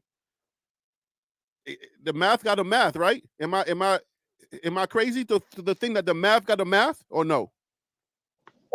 No, you on point. Yeah, you're right. You're correct. Okay, so But I think we do have, if I'm correct, I think we do have a little depth at linebacker. We had again, what we got to understand is that CU was really stricken by injuries last year, so it kept a lot of people from getting on the field. But I think we got good depth in the LB station. We could utilize one or two more, but I sometimes we forget about the players that we already have on roster, because we're getting a large influx of new players. DeMore Kennedy, Levante Bentley. We got what's his name? Mike. Is it Mike Gant? Rob Gant? The linebacker from Florida State, linebacker / safety. And then we got Gant. Then we got 3 or 4 young guys who are going to be in their sophomore season. At some point, they're going to have to get in the game and get some experience and get the kicking. But I think we got great depth. We added the Wester kid. We also added the Wade kid. I think we should be about 8 or 9 linebackers strong, if I'm not mistaken. No, I mean I agree with you, because listen, those are numbers. The only thing we're doing in preseason, we got to stack up the numbers. We got bodies, and that's how we got to look at it. If they have no numbers, then we got to consider them a body. We're hopeful. So if that's the case, then yeah, we are hopeful. So that's why I'm like, okay, I'm not bagging on the guys that we got. We're hopeful, and that gives me hope to know that, you know what I'm saying, at least these guys are coming in. They're going to be coming in, and they're going to be giving us production. So yes, we are hopeful, but I don't want people to think that because we got the bodies in, that okay, let me give you you guys are looking at your screen, guys? Yeah. All right, so this is what I'm talking about right here. I forgot about Jeremiah Brown. Webb Walker, I forgot about him. So look, if you're looking at your screen, this is our depth. This is taking the linebackers that we got, guys, that we have on our team, and the linebackers that are coming in. You understand what I'm saying? Yeah. From other teams. So our biggest guy is the guy that I'm not too bullish on, 40, 17, 15, 7. That's depth for us. And anybody being realistic, that's what we're going into to try to win the Big 12. Call me crazy, but I don't think that's enough. If you look at that, being a big run, as heavy of a run conference that the Big 12 is, you can look at these numbers and be confident. Anybody on the panel, please. Anybody. I got a question for that, like for Coach Lowry and Coach at CU Buffs, that I think that you have talent on the team, and I think you have some depth. I'm not gonna sit here. I'm gonna be real with you. I don't think you have the depth to like dominate the Big 12, but to be competitive, you in games. I think you have that. So again, y'all heard me. I use that analogy of taking a country or taking a city or taking a hill. My question is, I think what the thing is, and I think CU Buff said it, and that Coach Lowry is saying, now we're going to get to find out how well the coaching is. If we're going to say we have the talent or that there may be some growth, like Phil was saying, then now we're going to find out if we have the coaching to be able to take that I don't know if it's a diamond and you're just polishing it, or I don't know if it's a rock and you're changing it to a diamond, because that's going to validate that. If you don't have that, then, it's going to be a long season. So I'd like to know from the two coaches, do you believe the staff is able to take those guys up and they're going to get that, going to get them to the point where they are Big 12 champions? It's hard to answer that because I'm kind of caught in limbo with that. I would say give him one more season, give Coach Hart one more season, I guess. I can't answer that right now. That's a hard. Let me give you a question. We come from a platform. We come from a platform where we very critical over on the other platform me and CU Buff be on. But I'm gonna tell you what I told him the other day. We started out with hope. Now we have expectations. Our expectations need to go into faith. All right. Our faith need to be so strong in our staff and our players that they're going to do the job this year. We got to go back and say, okay, Coach Prime at Jackson State had the best defense in the SWAC with Coach Hart on his staff. And I did bring up Dennis Thurman. He's no longer there. But you have some integral pieces to the puzzle that can get this done. These guys just have to have faith. And as you look at the well-off videos, you see there's a turning of the mill because the new guys they're bringing in, their expectation levels is very high. And you got the guy from Arkansas just had a conversation with Coach Prime on well-off video that he just dropped about 7 or 8 hours ago saying, I'm a dog. And I've been wanting to come here. I've been wanting to play for you. We're going to show the world. Like, there's a different talk in the dogs that are barking now. You know, a lot of people say, well, the louder the dog bark, the smaller the bite. But sometimes you got a dog that get off that chain and he going to latch on to you. And he ain't going to let go. And you're going to have to call the Humane Society to put him down. And as I'm watching these videos and coming from the IQ that I have, I believe there's a change that's going on within this institution, in this program. And I believe that all the blunders that they had last year, they won't have this season. So I can agree with that. I can agree with that too. I like the faith talk, and I can do that all day. But I'm not on that faith talk today, bro. I'm not on the, because Mike, you know me. Me and you can talk faith all day, brethren. I ain't on that today. I'm talking straight talent, bro. Forget faith today. Let's talk. Let's talk meats and potatoes. Okay, forget that faith talk right now. We can have faith later when we get the players. All right. So I'm with KMS on this one. Faith doesn't make up for talent, but when we're talking about faith, we're talking about a whole nother thing that we can go into. But I'll put this question on the table, and I want to get some answers in the chat as well. All of you CU fans that are quick to just jump on people when they ask, constructive questions, who believe with this graphic that's on your screen, be as real as a football fan and as real as a Colorado fan, be as real. Because in the new system, in the new NCAA system, to make it in the playoffs, You can win your conference and make it and get an automatic bid.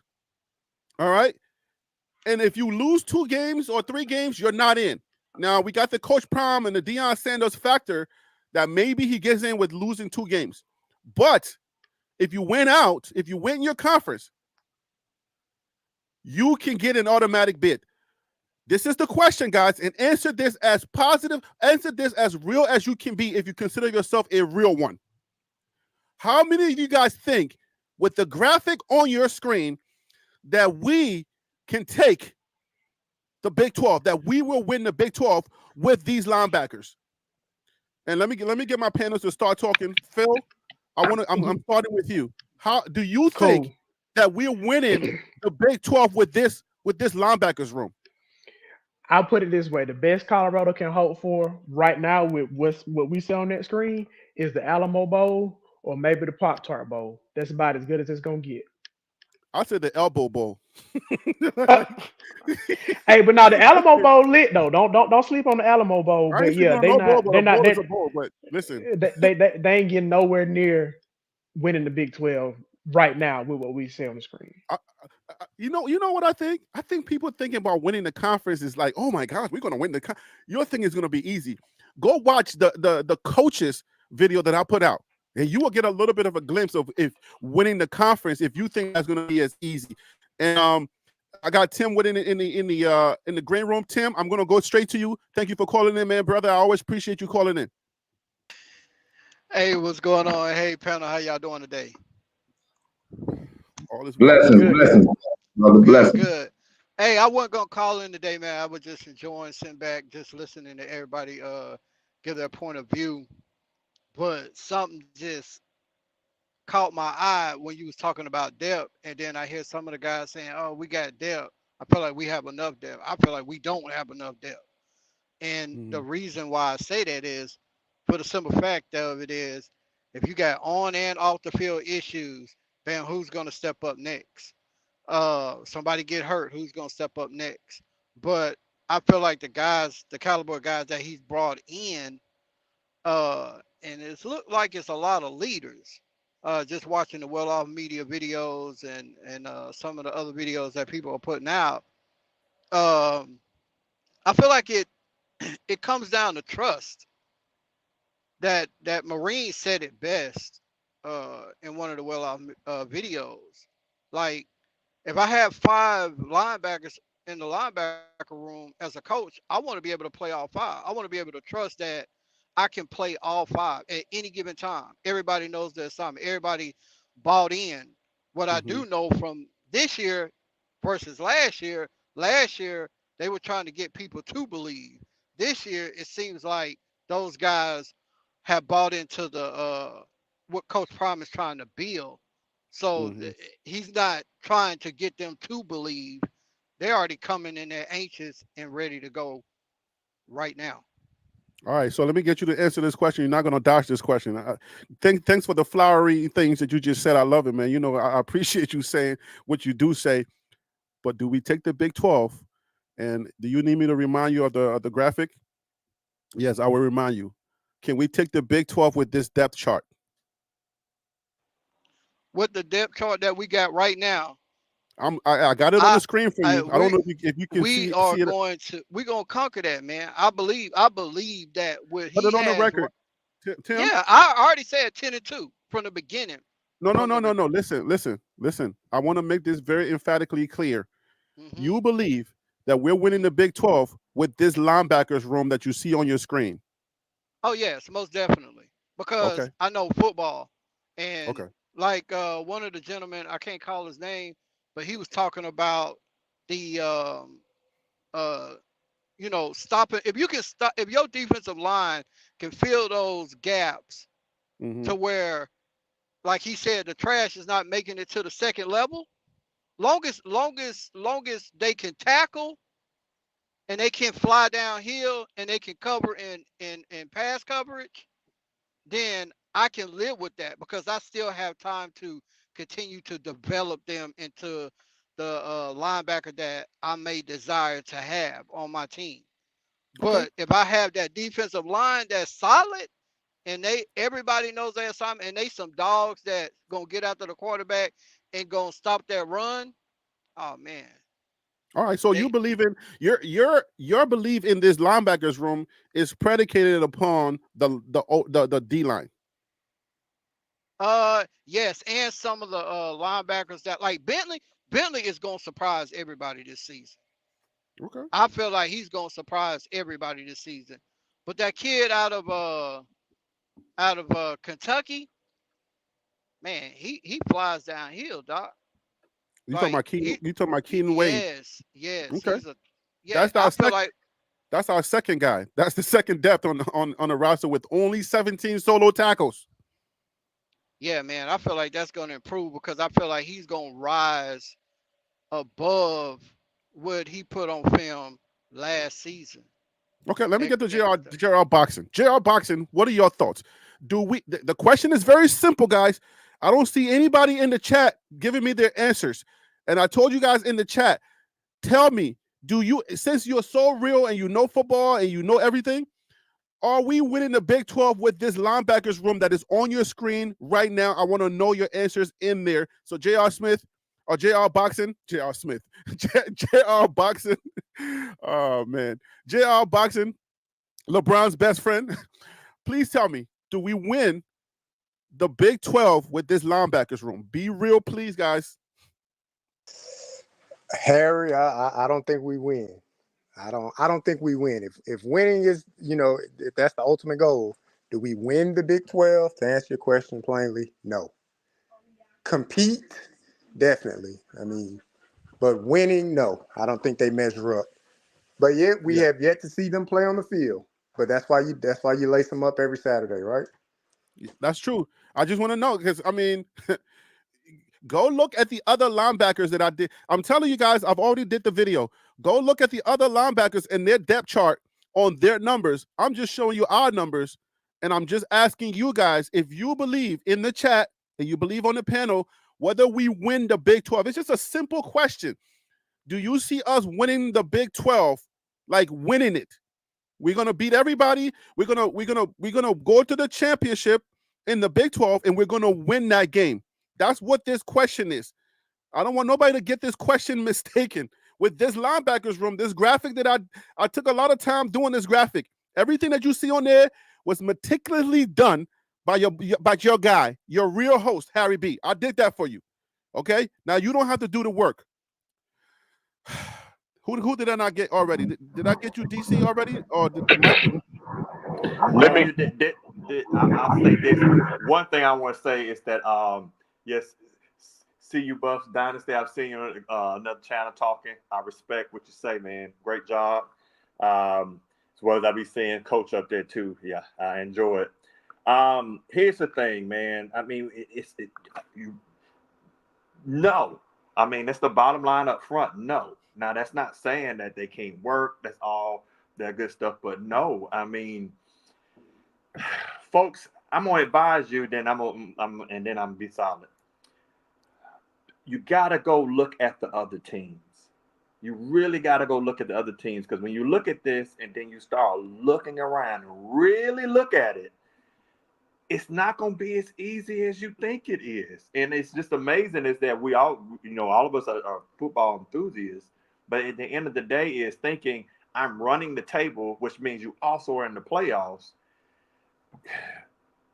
It's okay to cheer, but what Harry is asking from this, do you see it? And from what he's asking me to look at, the data in front of my face, I'm saying no.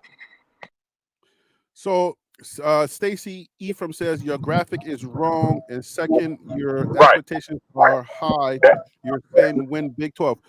that's The what I graph, was going to. That's what I was going to speak to, Aaron. Now, your graphic. I don't know if my screen is allowing me to see the entire list, but as the part that I'm looking at is highly incomplete. You got a ton of more linebackers to be added to the list that I'm looking at. That's an incomplete list. okay, so who am I missing? So you're missing Demore Kennedy, you're missing Gant, you're missing Wester, uh Goldberg, son. But you're Overton, you're missing Johnson, you're missing Barracks, you're missing the rest of the names slip my mind at the moment. The Actually, But Goldberg it's, son. actually, I'm not. I can guarantee you, I'm not. the Goldberg kid, but definitely you're missing Western, So Gant, look at your Okay, screen. yeah. All right. Pearson, there you go. Look, Barracks, I look. couldn't see the entire list. There you go. I see No, it. it's not the entire list. I'm just putting on the screen Okay. Okay. your top achievers. Right, right, right, I'm right. not Okay. putting guys that don't have numbers. If you don't have a number, what am I going to do with you? So Western should have the better of the numbers out of this group. The kid, what's his name, Jalen West or something like that, from FAU, I believe. He should have the bulk of the numbers. Hey, Harry, I got his numbers pulled up. I can tell you what he had last season if you want to know. Who are Go you I ahead, got talking it in brother. about? front of me right What's now. the name? What's the name? Western. Jalen Wester, Jaylen. Last name Wester, Wester. Last year he had 33 tackles, one sack, and one forced fumble. Oh, but that guy just signed, right? Yeah, he committed on the 15th. Okay, so yeah, I mean this is a new guy, right? So okay, so that's a new guy. 33 total tackles, right? Correct. Okay, so those are solo. Yeah. Okay, so if we, because obviously guys are going to sign when these lists are made, guys are going to sign. Now we got 40 and then 33, right? That's what I think. That's what I said in the beginning, in the opening. We got 40 and then 33 being the number two, right? Yeah, that's good Hmm. numbers. That's 70 total tackles out of nine. You gotta think. The reason why I'm interjecting right now, you gotta think. You told us to take a deep dive probably like a month ago. We was talking, Mm-hmm. but we didn't Mm-hmm. know what was coming in. So I took a deep dive and looked at the players playing full games at their institutions, at their teams, and I got so happy because CU Buff just explained to us what has to happen. We call it the wash. He call it he call it the trash. I call it the wash. Don't get caught up in the wash. All right. And so Right. what happens is when you have guys that's going to take the A and the B gaps, and you take up two defenders, just like CU Bus say, the linebacker is going to be able to flow and make tackles. Now let's go back to what's going on. We know that college football is not the same as it used to be when we played. It is a passing league. So these numbers are looking a little conflicted because you got to remember this is a passing league. They're pass first, then run. But we know what wins championship: run first, then pass. So you have very few institutions that still running an old method, and these are the dominant organizations, the dominant teams around college football. So we know Mm-hmm. coming into the Big 12, it is run dominated. They run the ball, like you said. The quarterbacks are trash. So now you're throwing out there, hypothetically, do we believe that these linebackers can flow and tackle? And I'm telling you, yes, I No, believe they okay. can. So So Harry, let me say something right quick, Harry, hold on please. one Go second. ahead. Hold on one Go ahead. second. 1 second. Listen, there is no delusion going on here. I want you to understand one thing. The question was, are we going to be able to win the Big 12? That's a simple question. If you believe that based on the 40 and 33 and then 17 and 15, if you believe that that's going to win the Big 12, then if you think about it, go to the linebackers that I've already done that are in the Big 12. What is it about this 40, 33, 17 number that makes you think that it's going to win 60, 70, right? 60, 70. Is it because if the math is mathing for you and you believe we're going to win the Big 12 based on our 40, 33, 17, then I look at the other linebackers and I'm seeing 60, I'm seeing 70, and I'm seeing their depth is bigger than our depth. I'm just talking about the numbers. So is it because of the faith thing that we're talking about? Is it because they don't have faith? They're the devil and we're going to be Jesus people? We're gonna be Jesus piece. Listen, What is it listen. about their math that's not mathing for you? If we're just talking about numbers, Right. because I'm seeing 70, 40, I'm seeing 60, 50. So what is it about their math?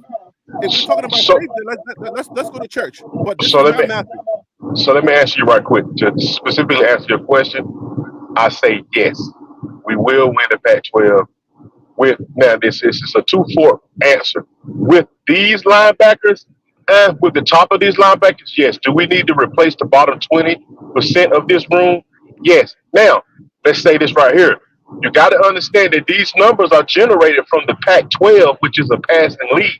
You may be paralleling their numbers to the Big 12, where there's more runs going on in the Big 12. So you have the more opportunities to make tackles. Let's not forget that aspect of it. Now. So I'll give you another question. tell me, because I don't know football like you guys know. You guys are coaches, but riddle me this: Batmans and Ribbons. When you're in a pass league, right? You don't have an opportunity to make a bunch of tackles, but when the opportunity presents itself, is it not plausible to think that if they're passing a lot, but then when they run, if you're that guy, right? If you're that guy, then wouldn't your numbers show that you are that guy to make those tackles? It's just a question. Don't hurt the question asker. Yeah, but you got to think that when you play the game, like I told you, is mental. You have to lock in, man. And when you have outside things going But there on, are such guys that are locked in with 70 tackles. There are guys that are locked in that Big 12. So yeah, because they're locked in. the game is about momentum. The game changed through circumstances. If I got an offense that's going 3 and out, and I'm putting my defense back on the field, and they're tired and they're sluggish and they're fighting amongst themselves, they're bickering. What you think going to happen on the field? But okay, so it's a realistic look into what's going on other teams versus our team, right? So okay, if they're not going to be bickering, then they're going to win. So we're bickering. That's on us. And who cares? That's on our team. If other teams are more controlled, if other teams have the fortitude to say, okay, we're going to be more disciplined, then what are the elements that's going to cause us to win versus them winning? They're not bickering. So what are we saying? That maybe we should just go to faith. Let's just go to church with it. He addressing those things right now. Would you ever thought that he would bring the Marines in to teach them the accountability of the next man up? That's real cute. That's cute. Oh, All I right. love the Marines. I love DC because DC served our country. I like the fact that that's real cute. Keep thinking that. Keep thinking bringing in the Marine is going to make a big difference. No. You can listen. They're going to be there every week. They're going to be there every week until the season. That's cute. Right. That's the number one thing. They should bring in the Navy also. They should bring in the Navy also. If you don't understand, did you know? Stop it, Harry. Stop it, man. Hey, did you know when the Army played? When the Army played Air Force, those guys was at CU Buffs institution practicing. So he made a relationship with them guys last year for the game that was played against Air Force. All right, let's go back to this. You got to understand, you was having problems out of Juju. You was having problems out of DeMoy Kennedy. He didn't trust himself. He didn't trust his leg. You got to watch the film. You can see these guys when they get out on the field, they was running around like their heart was about to explode in their body. They could not get to the spots that they were supposed to be in because they wasn't ready. They was too high strung, or they wasn't locked in. They was having some type of dysfunctional things going on in the locker room. There was different philosophies going on. You didn't have no camaraderie. So with the new philosophy that's going on right now in the winter program, you can see a difference in this team and the philosophy of this team. That's all I'm saying. And I believe, and that's I have cute. Coach Mike, man, Coach Mike, you are a buff. You are a true buff fan. That was real cute. Like, wow, he was breathing out of his chest, and now he's gonna come out and he's gonna stop breathing out of his chest. That is great. I'm man, I love what you're saying. But guess what, man? Nobody cares. Coach, nobody cares about that stuff you're talking about. And Well, you know you have why? to instill these things when you start a program because I do That's it all the cool. time. I do it all the time. I get guys in that I know I got to light a fire up on their ass. I get guys I know I cannot light a fire up on their. I have to talk to them a certain type of way. It's dealing with personalities, and we got to All right, remember. coach. Okay, coach, listen. Coach, listen. No disrespect. Listen to this. Remember, every time we do a show like this, right? We go at each other. We say X, Y, and Z. Everything you're saying is cool. It's not bad, but that's what the other teams are doing too. So whether guys are breathing out of their chest, they're running wrong routes, they're doing X, Y, and Z. Other teams are more disciplined. They're doing what they have to do. Other teams, they don't care about Navy because there's Navy in Army football. They play every year too. And they're literally the Navy and the Army. Like that's what they are. So what I'm saying is, as a CU Buff fan, let's look at all the intangibles. Let's look at everything that everybody else is doing because we're talking about the real stuff. The real stuff is winning the Big 12. So all of that stuff that you're saying is for us, but that's not what they're looking at. Those are not the things that's driving them. They don't care that Coach Prime is bringing in the Navy or the Army or whoever. They don't care about that. That's cute. It made for good content on social media. Look at them. Look at them practicing with the Army. That looks great. That's great optics. That's all good. But we're talking about the nitty gritty. Those guys that are on those other teams, they don't care about this stuff. So let's be real. Let's please leave that stuff alone. Okay? I got one Because question for you. when the season I comes got and it starts smacking us around, then we'll be like, oh man, those Navy guys should have gotten out of there. That was a distraction. I got one question for you. Yes. How many people knew you when you showed up to the football games? How many people recognized you when you showed up to the football games? I just want to know. I can't tally the number. It was like mad people wanted photos and they wanted to talk to me. They wanted a shirt and stuff. So it was like that answer my so that right there explains it's not all optics. You have people that believe in you off what you present. So now the presentation has changed. They have been listening to these panels. As you can see, Coach Prime had a via Zoom with different platforms that me and CU Buff have been on and talked. So he has his ear to the street or his ear to YouTube. They're listening to what we're bringing forth. We are the fans. Yeah, we're fandom. Yeah, we BWBs. But you know what? We have a voice. And when we start explaining our voice and delivering what we feel they should have done, sometimes people take into account, hey, man, that's Harry B. I like that guy. He puts out great information. I'm going to continue to watch him. I'm going to follow him. I want to. You see what I'm saying? So what is your point? What are you saying? What exact? Articulate what you're saying as it pertains to what matters for real. Like as far as the other teams are concerned, because they don't care about all of this sweet talk that we're doing. And in case people don't know what I'm doing out there, I'm being the advocate. I'm being the guy that people of other constituents, people of other fan bases would be, because just so you understand what I'm doing. But why does that matter for other teams that we're going to play? Tell me why that matters. Because when you get in a heated battle, you need to trust the guy that's next to you. And as we can see, they didn't trust the guys that were next to them last year. So CU just coming to the table. So basically what you're saying is, okay, so CU's finally getting it. Because other teams that win, other winning teams this season that we played, they trusted each other. Michigan trusted each other. Okay? Michigan linebackers trusted each other. So what you're saying, basically what you're saying is nothing special going on over here. You're just saying that they lack that and they need to get up on board. That's all I'm hearing from you. If I'm playing the advocate, if I'm playing a guy that doesn't care either way, what I'm hearing you tell me is that they lack discipline, they lack structure, they lack all these things that you're telling me, because other teams in the Big 12 already have these things that you're talking about. So that's nothing special. And I have said that. I said earlier Okay, that then they're back. They're behind the curve. That's all you're saying. All you're telling me is your team is behind the curve. So that's the talk you and I can talk about on the phone, or we can email each other. What? Bro, come on, man. Like you listen, you and I can just talk about. listen, we also got to give them credit. They went from a 1-11 team to getting Okay, beat I by. see what you're doing. Hey, can I get some pushback on that real quick about the I see one and what you're 11 doing. thing? Yeah, because yeah, please push back. Because Coach Mike didn't come ready. He didn't have his Wheaties today.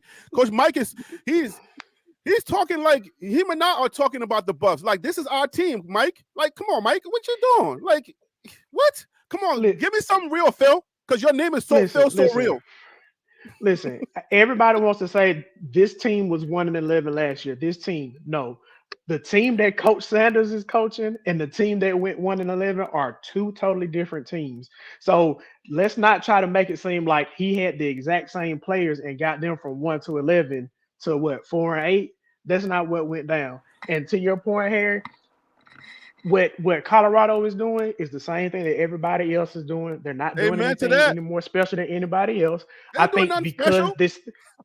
this specific channel focuses on Colorado, the people that come in are going to be talking about Colorado. But if you look at your Georgias, your Alabamas, I mean, you even look at a school like Georgia, they talk about Bloody Tuesdays, where that's like the worst practice of the week. And guys that go from Georgia that get into the NFL talk about how NFL practice is 10 times easier than practice at Georgia. So what's going on right now in the offseason with Colorado is nothing special. What's going to come down to it is the X's and O's come to fall. That's the only thing that matters right now. Is Yeah, I Okay, mean, when we so because so fall, let me are we going to put let in the me work? let me push back on what you just said then. So okay, I agree with you. It's not the 1-11 team. It's the 4-8 team. So let's say he went 4-8 on a team he put together in 30 minutes. Is that not an accomplishment? I mean, but that's I mean, you cute. can you It's a, can you it's can an applaud that. accomplishment. Yeah, you can applaud that. Yeah, that's cute. I'll throw a grenade out there. I'll throw a huge grenade. You ready? Real host? No, but hold on, DC. Let's get CU Buff Dynasty. What was your point? Finish your I'm thought. just saying he came with it's not the 1-11 team as if we didn't bring them up to the 4-8. So I'm just saying that was a good job of bringing a team put together in a hot pocket in 30 seconds in the microwave to go 4-8. So I think he's on the way. But in football, when you come into a new team, you lose by a whole lot, then you lose by a little bit, then you win by a little bit, then you win by a whole lot. I think Prime and CU is right on target.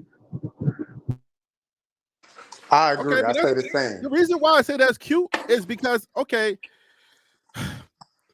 does it matter? There are other coaches that did the same thing or even better. So how does that matter as winning the Big 12? He did good. He won 4. He was number 15. He's the number 15th ranked coach in the Big 12. All right. The only coach that came in last was what age was it? What the Sun Devils with Kenny Dillingham. Kenny Dillingham. Arizona. Okay, so what are we going to be real? Or are we going to be just talk and say what No, great things he did? I'm being real. What I'm trying to tell you is we've on another platform scrutinized Coach Prime so much that you can see that he has been listening and his philosophy is changing. He went out to the guys. Yeah, the linebacker core might not be as strong as you want it to be, Harry B, but he still has time to bring more guys in. He's brought in the guys that he needs to bring in, the offensive line and the defensive line. The game is won in the trenches. All right. He set out the one of the best running backs as a freshman to give his leg a little bit time to heal. He's going to do a lot of damage. He's not going to use Dylan Edwards in the running position like he did. He's going to use him as a third down back. These philosophies are changing that we believed in last year that are no longer going to exist this year. That's all I'm telling you. But Okay. I see Coach what y'all Lowry, doing. No, hold on. I see what you're doing. Y'all thought today's show was about let's pick out the good attributes of Colorado. Y'all thought that's what this show is about today. So yeah, I see why y'all are saying what you're saying. But that's not this show, though. We ain't talking about picking out the good attributes of today. We're saying how we're going to win the Big 12. Everything you're saying is true. Everything, I agree with what you're saying, but I'm not trying to go down this road with y'all today. I'm trying to let you know we got to get to a point where the attributes and the good things that has happened with CU, it's don't do that, Coach Mike. let me keep me my app. I want to stay being mean. Don't show your photo. Go back to your no photo. Listen, thank you. Listen, everything that y'all are saying are cute and they're good, but we keep forgetting that other teams, just like we were excited and we were so great and excited last year, and then when we lost 6 games in a row, when teams started smacking us around, everybody started asking questions. Okay, so this is your preseason question platform. Let's question everything. The Navy footage that we got was the hottest footage online on Twitter. It was hot, but who cares, bro? That the only thing that you guys are telling me is that we're just behind the curve. We're just behind everything. Everybody, they got discipline already. They got team chemistry already. They got all of those things already, and we just coming to the table. That's But all you're what telling me.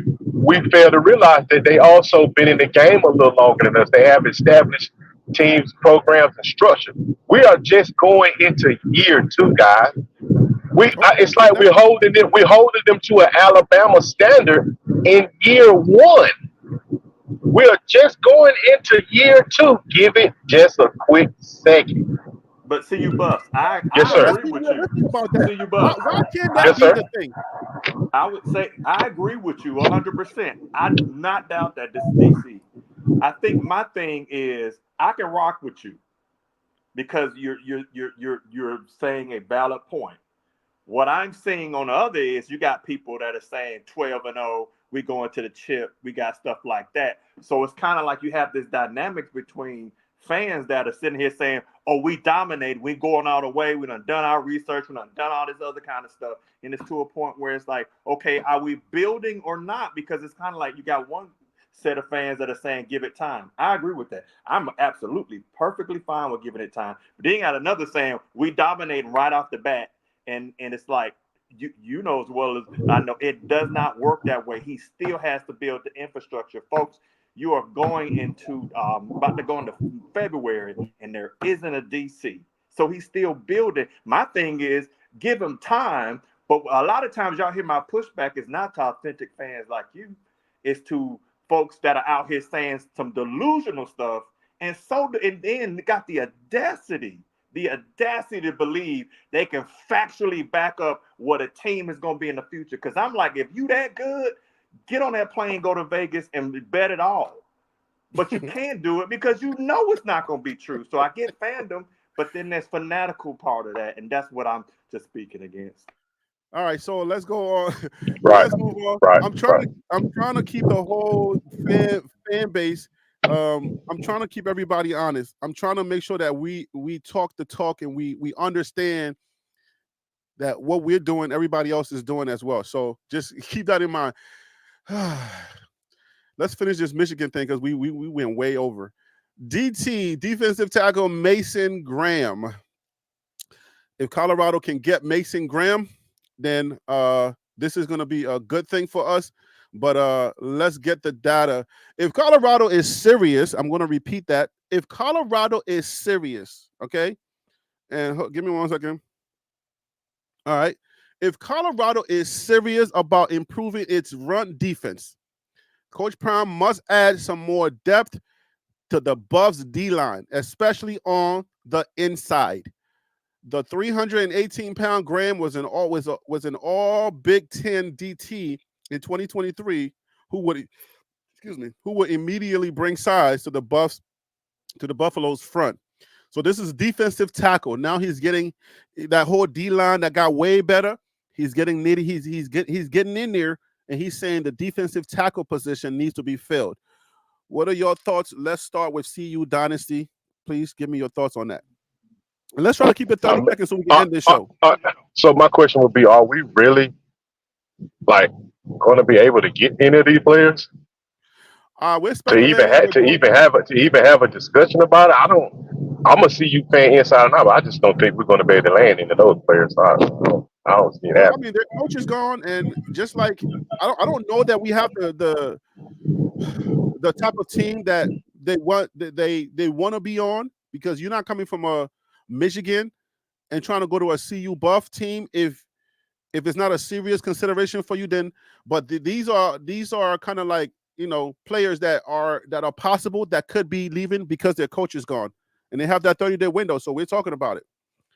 So, Yeah, I'm a pass. I'm a pass on that because I just don't think we have the opportunity to get into those players. okay, so I understand. All right, so Coach Malcolm Lowry, do you think that our defensive tackle position it needs bolstering with this guy, and if we even have a chance on getting this guy? I think that there's still opportunity to fill spots. Um, I think that we need to continue to still push the gas and get more splash in the media and more splash players. If they are in the transfer portal, I think that we need to attack them with our due diligence because, as you said earlier, we need more depth.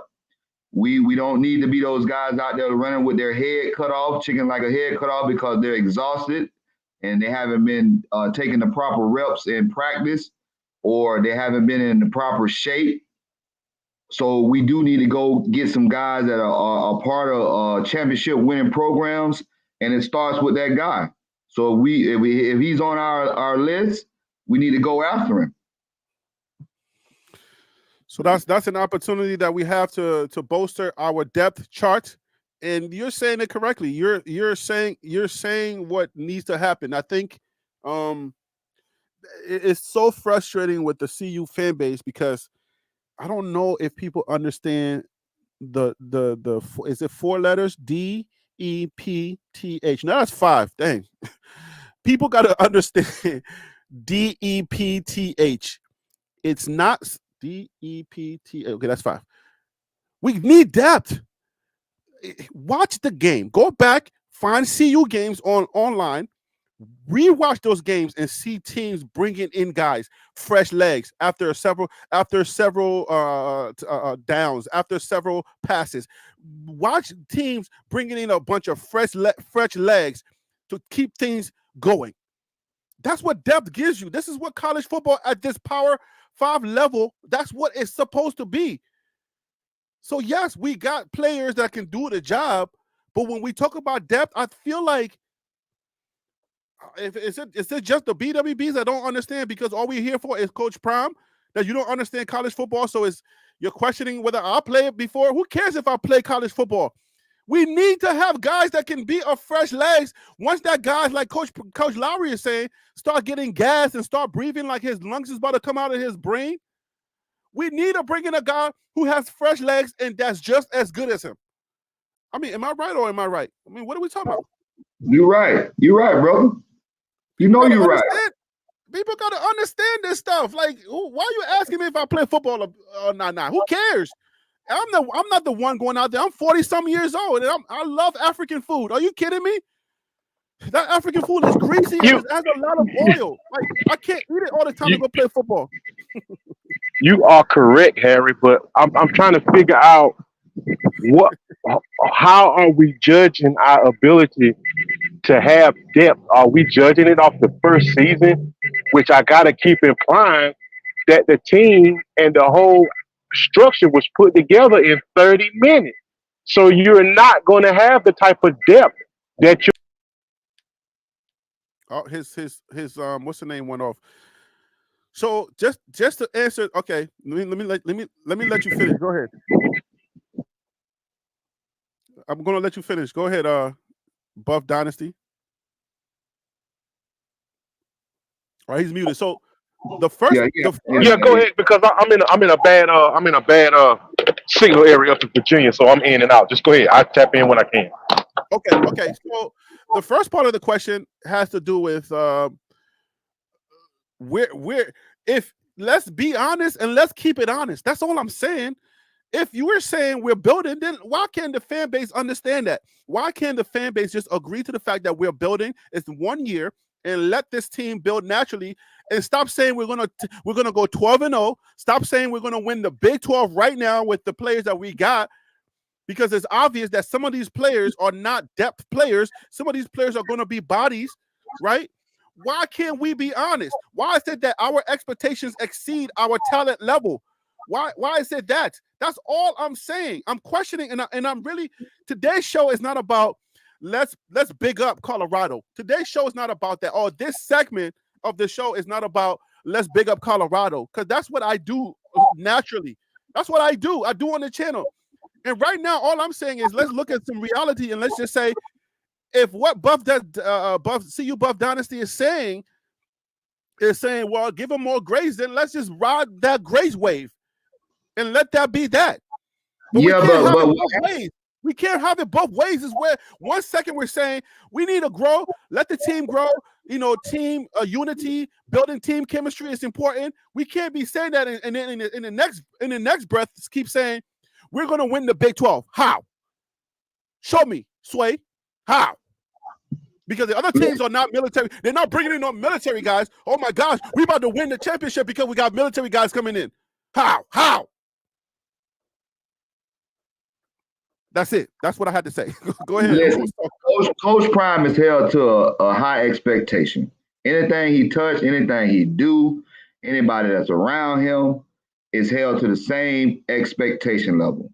And now when you have blunders that happen on his watch, he's going to be attacked. And you got to remember that the future is now. The future is not in the future. The future is now. And we expect to win now. How society's been in place, you have a kid, you give a kid an iPad. When a commercial comes up, he starts crying or she starts crying. We've been processed that we want it now. So yeah, we're gonna have disgruntled fans that'll get upset with the way that the season went, or get upset with the cliches not being engraved in the system, like discipline, character. We've seen that the team had a lot of issues with character last year. We've seen the team had issues with a lot of discipline. So us as a fan base, because YouTube has made it possible for us, we get out here and we share what we feel like. And it's up to the people that are in the high places to take our opinions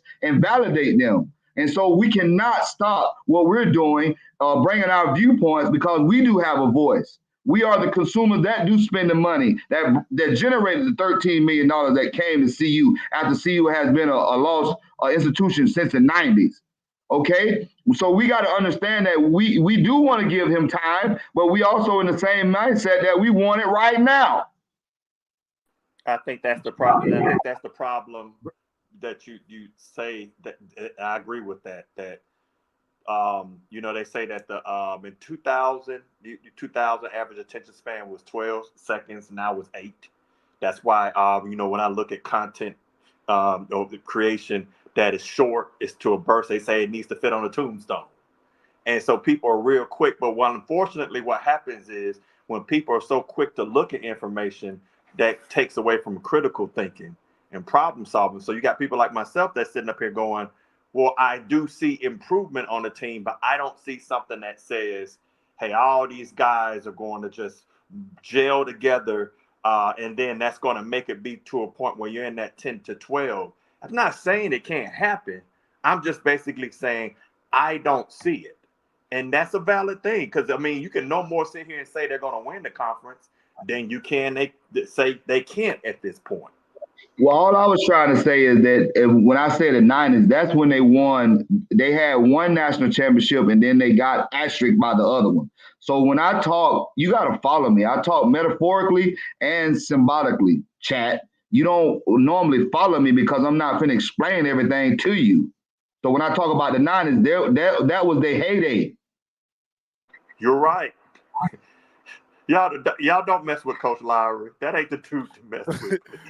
Please don't. I was going to ask you, are you speaking on something you just heard? Or I forgot that the comments be getting to people. I honestly See, they don't understand that one of my good friends that played on the national championship team, I'm trying to recruit his son to my organization. And he just found out that I coach.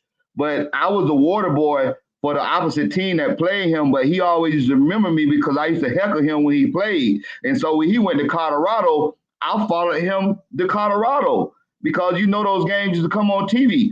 So a lot of people say, "Oh, you just now following the bandwagon." No, I've been a Cordell Stewart fan. I've been a Michael Westbrook fan. I've been Coach, you don't have to go down this line, man. Trust me. You're going down this line, and people are not going to understand where you're going. So don't worry about it. Coach Lowry, I would say this. I remember back then as well. I even went to see Coach McCartney speak at Promise Keepers because that dude was who was a coach at CU at that time. That was a phenomenal coach. So it's not like I'm new to Colorado and even paying no attention. It's just to a point of I'm a fan of Coach Sanders and I'm a fan of transformational leadership and organizational development. So I'm looking at stuff and I'm just making an assessment. And sometimes my assessments are right. Sometimes they might be off. Like I can sit here and tell you, when I saw that Stanford game, the first quarter, first half, when it was up, I said, they're going to lose. And it was like, well, but why would you say you're going to lose? I said, because they're not acting like a team. That's one thing about being retired military. I know what a team looks like, and I know what a team doesn't look like, because combat and contact sports have a lot of similarities. All right, guys. So let me share this last bit of information with you. If you guys can stop responding to the comments, and if you guys can stop responding to the comments, you're not going to win this war, okay? All right, Mr. Who Served Our Country, you're not going to win this war, okay? So don't pay attention to the comments. Leave them alone. So let me share this little tidbit information with you guys, so we can end this show that's gone over way over. Now we're going to the 3 hours. So let me share this with y'all, and maybe this will bring full circle what the linebacker situation is, and hopefully, maybe this will, give y'all some insights. All right, this is it's going to be kind of small on your screen, but thanks to Phil So Real, he sent me this information. He had to jump off, but if you look on your screen, guys, what I'm showing you is going to be the Pac-12 player defense stats 2023. If we single out the linebackers, which would be like, if you see this guy right here, if you see this number 2 is like it's a linebacker. We got cornerbacks, linebackers, defensive backs, and all of those people. Number 26 on this list, guys, is Levante Bentley. If you just single out, and I can't really, I try to do it to where I can just single out the linebackers. I can't do that right now, but if you just single out all the linebackers, then Levante Bentley will be number 11. He will be the 11th linebacker in the Pac-12. Why do I put this on the screen? Why am I saying this? I'm saying this because we're talking about linebackers and how effective they were. So this more bolsters the conversation and the leadership and what he's going to be able to do. So hopefully this kind of gives you more of an insight as to why he may be better somewhat this year, the 2024, while he could have a breakout season. So he didn't do too shabby as far as the Pac-12 is concerned, being the 11th linebacker in the Pac-12. I mean, if we got what, 12 teams being the 11th, what does this stat read to you coaches? What does that say, Coach Lowry? What does that say being the 11th one? Well, we gotta get our stats up. We gotta get our tackling. The game is about tackling and blocking at the end of the day, and touchdowns and field goals and field position. So we gotta get our tackling up, and we gotta get our blocking up. And once we overcome that, we'll be in a better place. Guys, that's DC. Did you want to add something to that?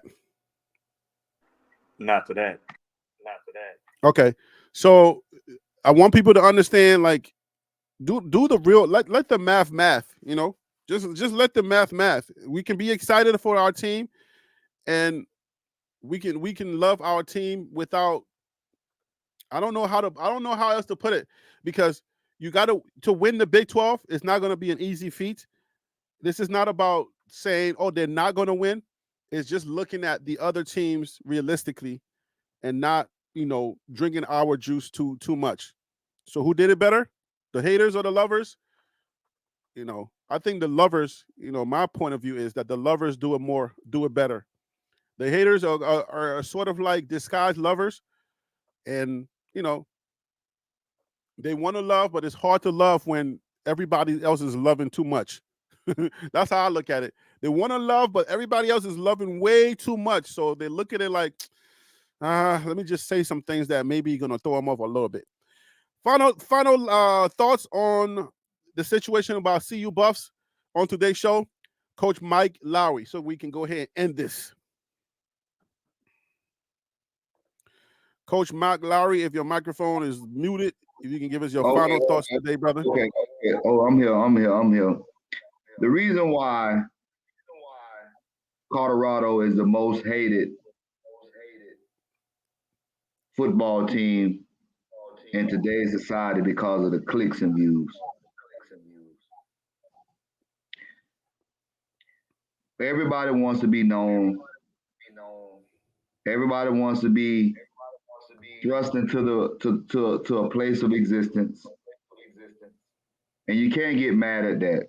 What you can do, you can constructively criticize and analyze, promote, dissect, conjugate, and deliver your opinion.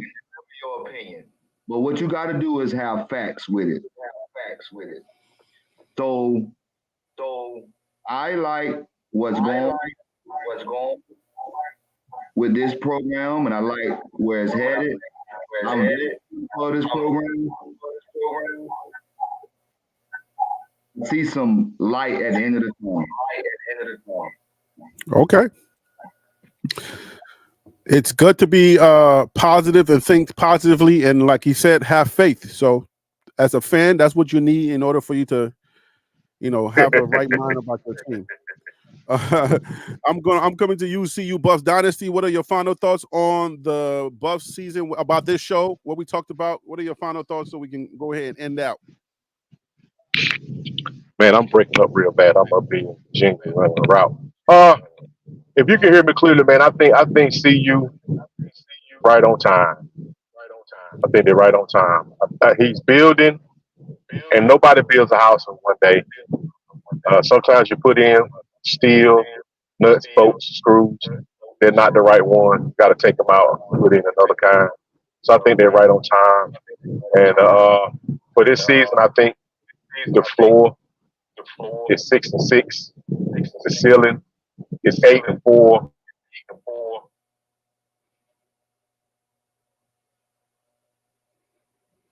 right, so I think his audio went out. So just come back when you can. DC Carson Music. What are your thoughts? Your final thoughts?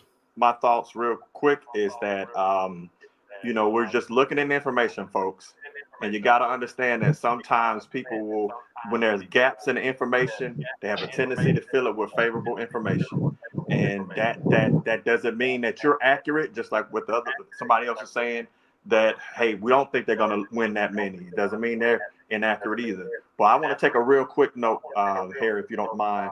And that is to the salute to the Marines and Coach Sanders for bringing them in. Well, I want y'all to see it because I did almost just under 25 years in the military. And that team building is great. But imagine having to do that almost every day for decades. That buddy carry is important because you might have to pull your buddy out of combat or the ammo cases or stuff like that. I tore my shoulder during buddy thing, and when I went to get surgery, I got it. My surgeon was the person that did A-Rod, all that stuff, and they had a picture of a special forces soldier up there. And I was like, well, all these athletes and stuff like that, why do y'all have that up there? And she said, because we realized that the athletes have off days. The military, we don't have off days. And we have to just continue to keep grinding no matter what. So what I would say is that salute to him, because that team building You have to have that team mentality to go into a battle of war. Big kudos to that says a lot to me about Coach Sanders because he is trying to build teams and build his organization, and that's going to be huge. And that's all I have to say. All right, Buff Yeah, Dynasty, you want to finish your thoughts? yeah. I was saying realistically, 6-6. That's the floor. The ceiling is 8-4. And if the ball bounced the right way, you get the right call, and Coach Brown get the right prayer in, they could be 10-2, 11-1, and slide in the playoffs. But I'm impressed. I'm happy, and I'm satisfied where they are right now and the direction that they're going. Well, I think Coach Prime is doing a heck of a job trying to make sure that he has his hands on the pulse of this team this time around. I think he's doing an excellent job making sure that he handles business. I want people to understand that Coach Prime can dot all the T's, dot all the I's, sorry, cross all the T's, and do everything right, and still have and still not meet the expectation that expectations that he has. And I think that's what some of my people are talking about. My guests are talking about is to give Coach Prime some grace. Let this team build naturally, and it's going to happen. Coach Prime wants to win, and he's doing the right things to win. You put a few more wins in the column of you put a few more W's in that win column, and the right players will start to come. I put on the screen some Michigan players. There are Alabama players. I want to say this, and I want to be clear about this. There's a reason why the Alabama players, the Georgia players, the Michigan players, there's a reason why they're not going to consider, a lot of them, the elite ones, are not going to consider Colorado right now. That has a lot to do with the stuff that's going on that's not football. Okay, the non-football stuff sways a lot of good, really, like I'm talking about top players, the non-football stuff, and sometimes obviously NIL. So Coach Prime starts to build this team, even with his bravado and everything, the non-football stuff that's going on. The football players that know that they have a good chance of going to the NFL that are on these bigger teams, these SEC players.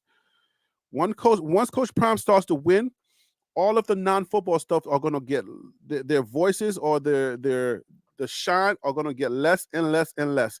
There's nothing like winning. There's nothing that cures everything else like winning. Coach Prime puts the winning together. All of the non-football stuff that's causing people not to come here are going to just be diminished, and they're going to say, well, they're winning, and I can forgive that and just go play and go win some football games. That's going to happen. But right now, the one thing that's causing a lot of these Michigan players, the elite players, to not want to come here is that non-football stuff, and they're having conversations with their parents at the dining room table because they have real NFL aspirations, and that non-football stuff is really causing a lot of players not to consider this university. That's my opinion. That's what I think of it, because I think they're thinking the gimmicks are too much, because they really want serious football to happen. And that non-football stuff is really not helping them to make that decision easy. They like Coach Prime. They know what he's all about, and they understand what he's trying to build. But that non-football stuff, boy, it really causes a lot of players to think otherwise because they think they're going to get lost in that gimmick.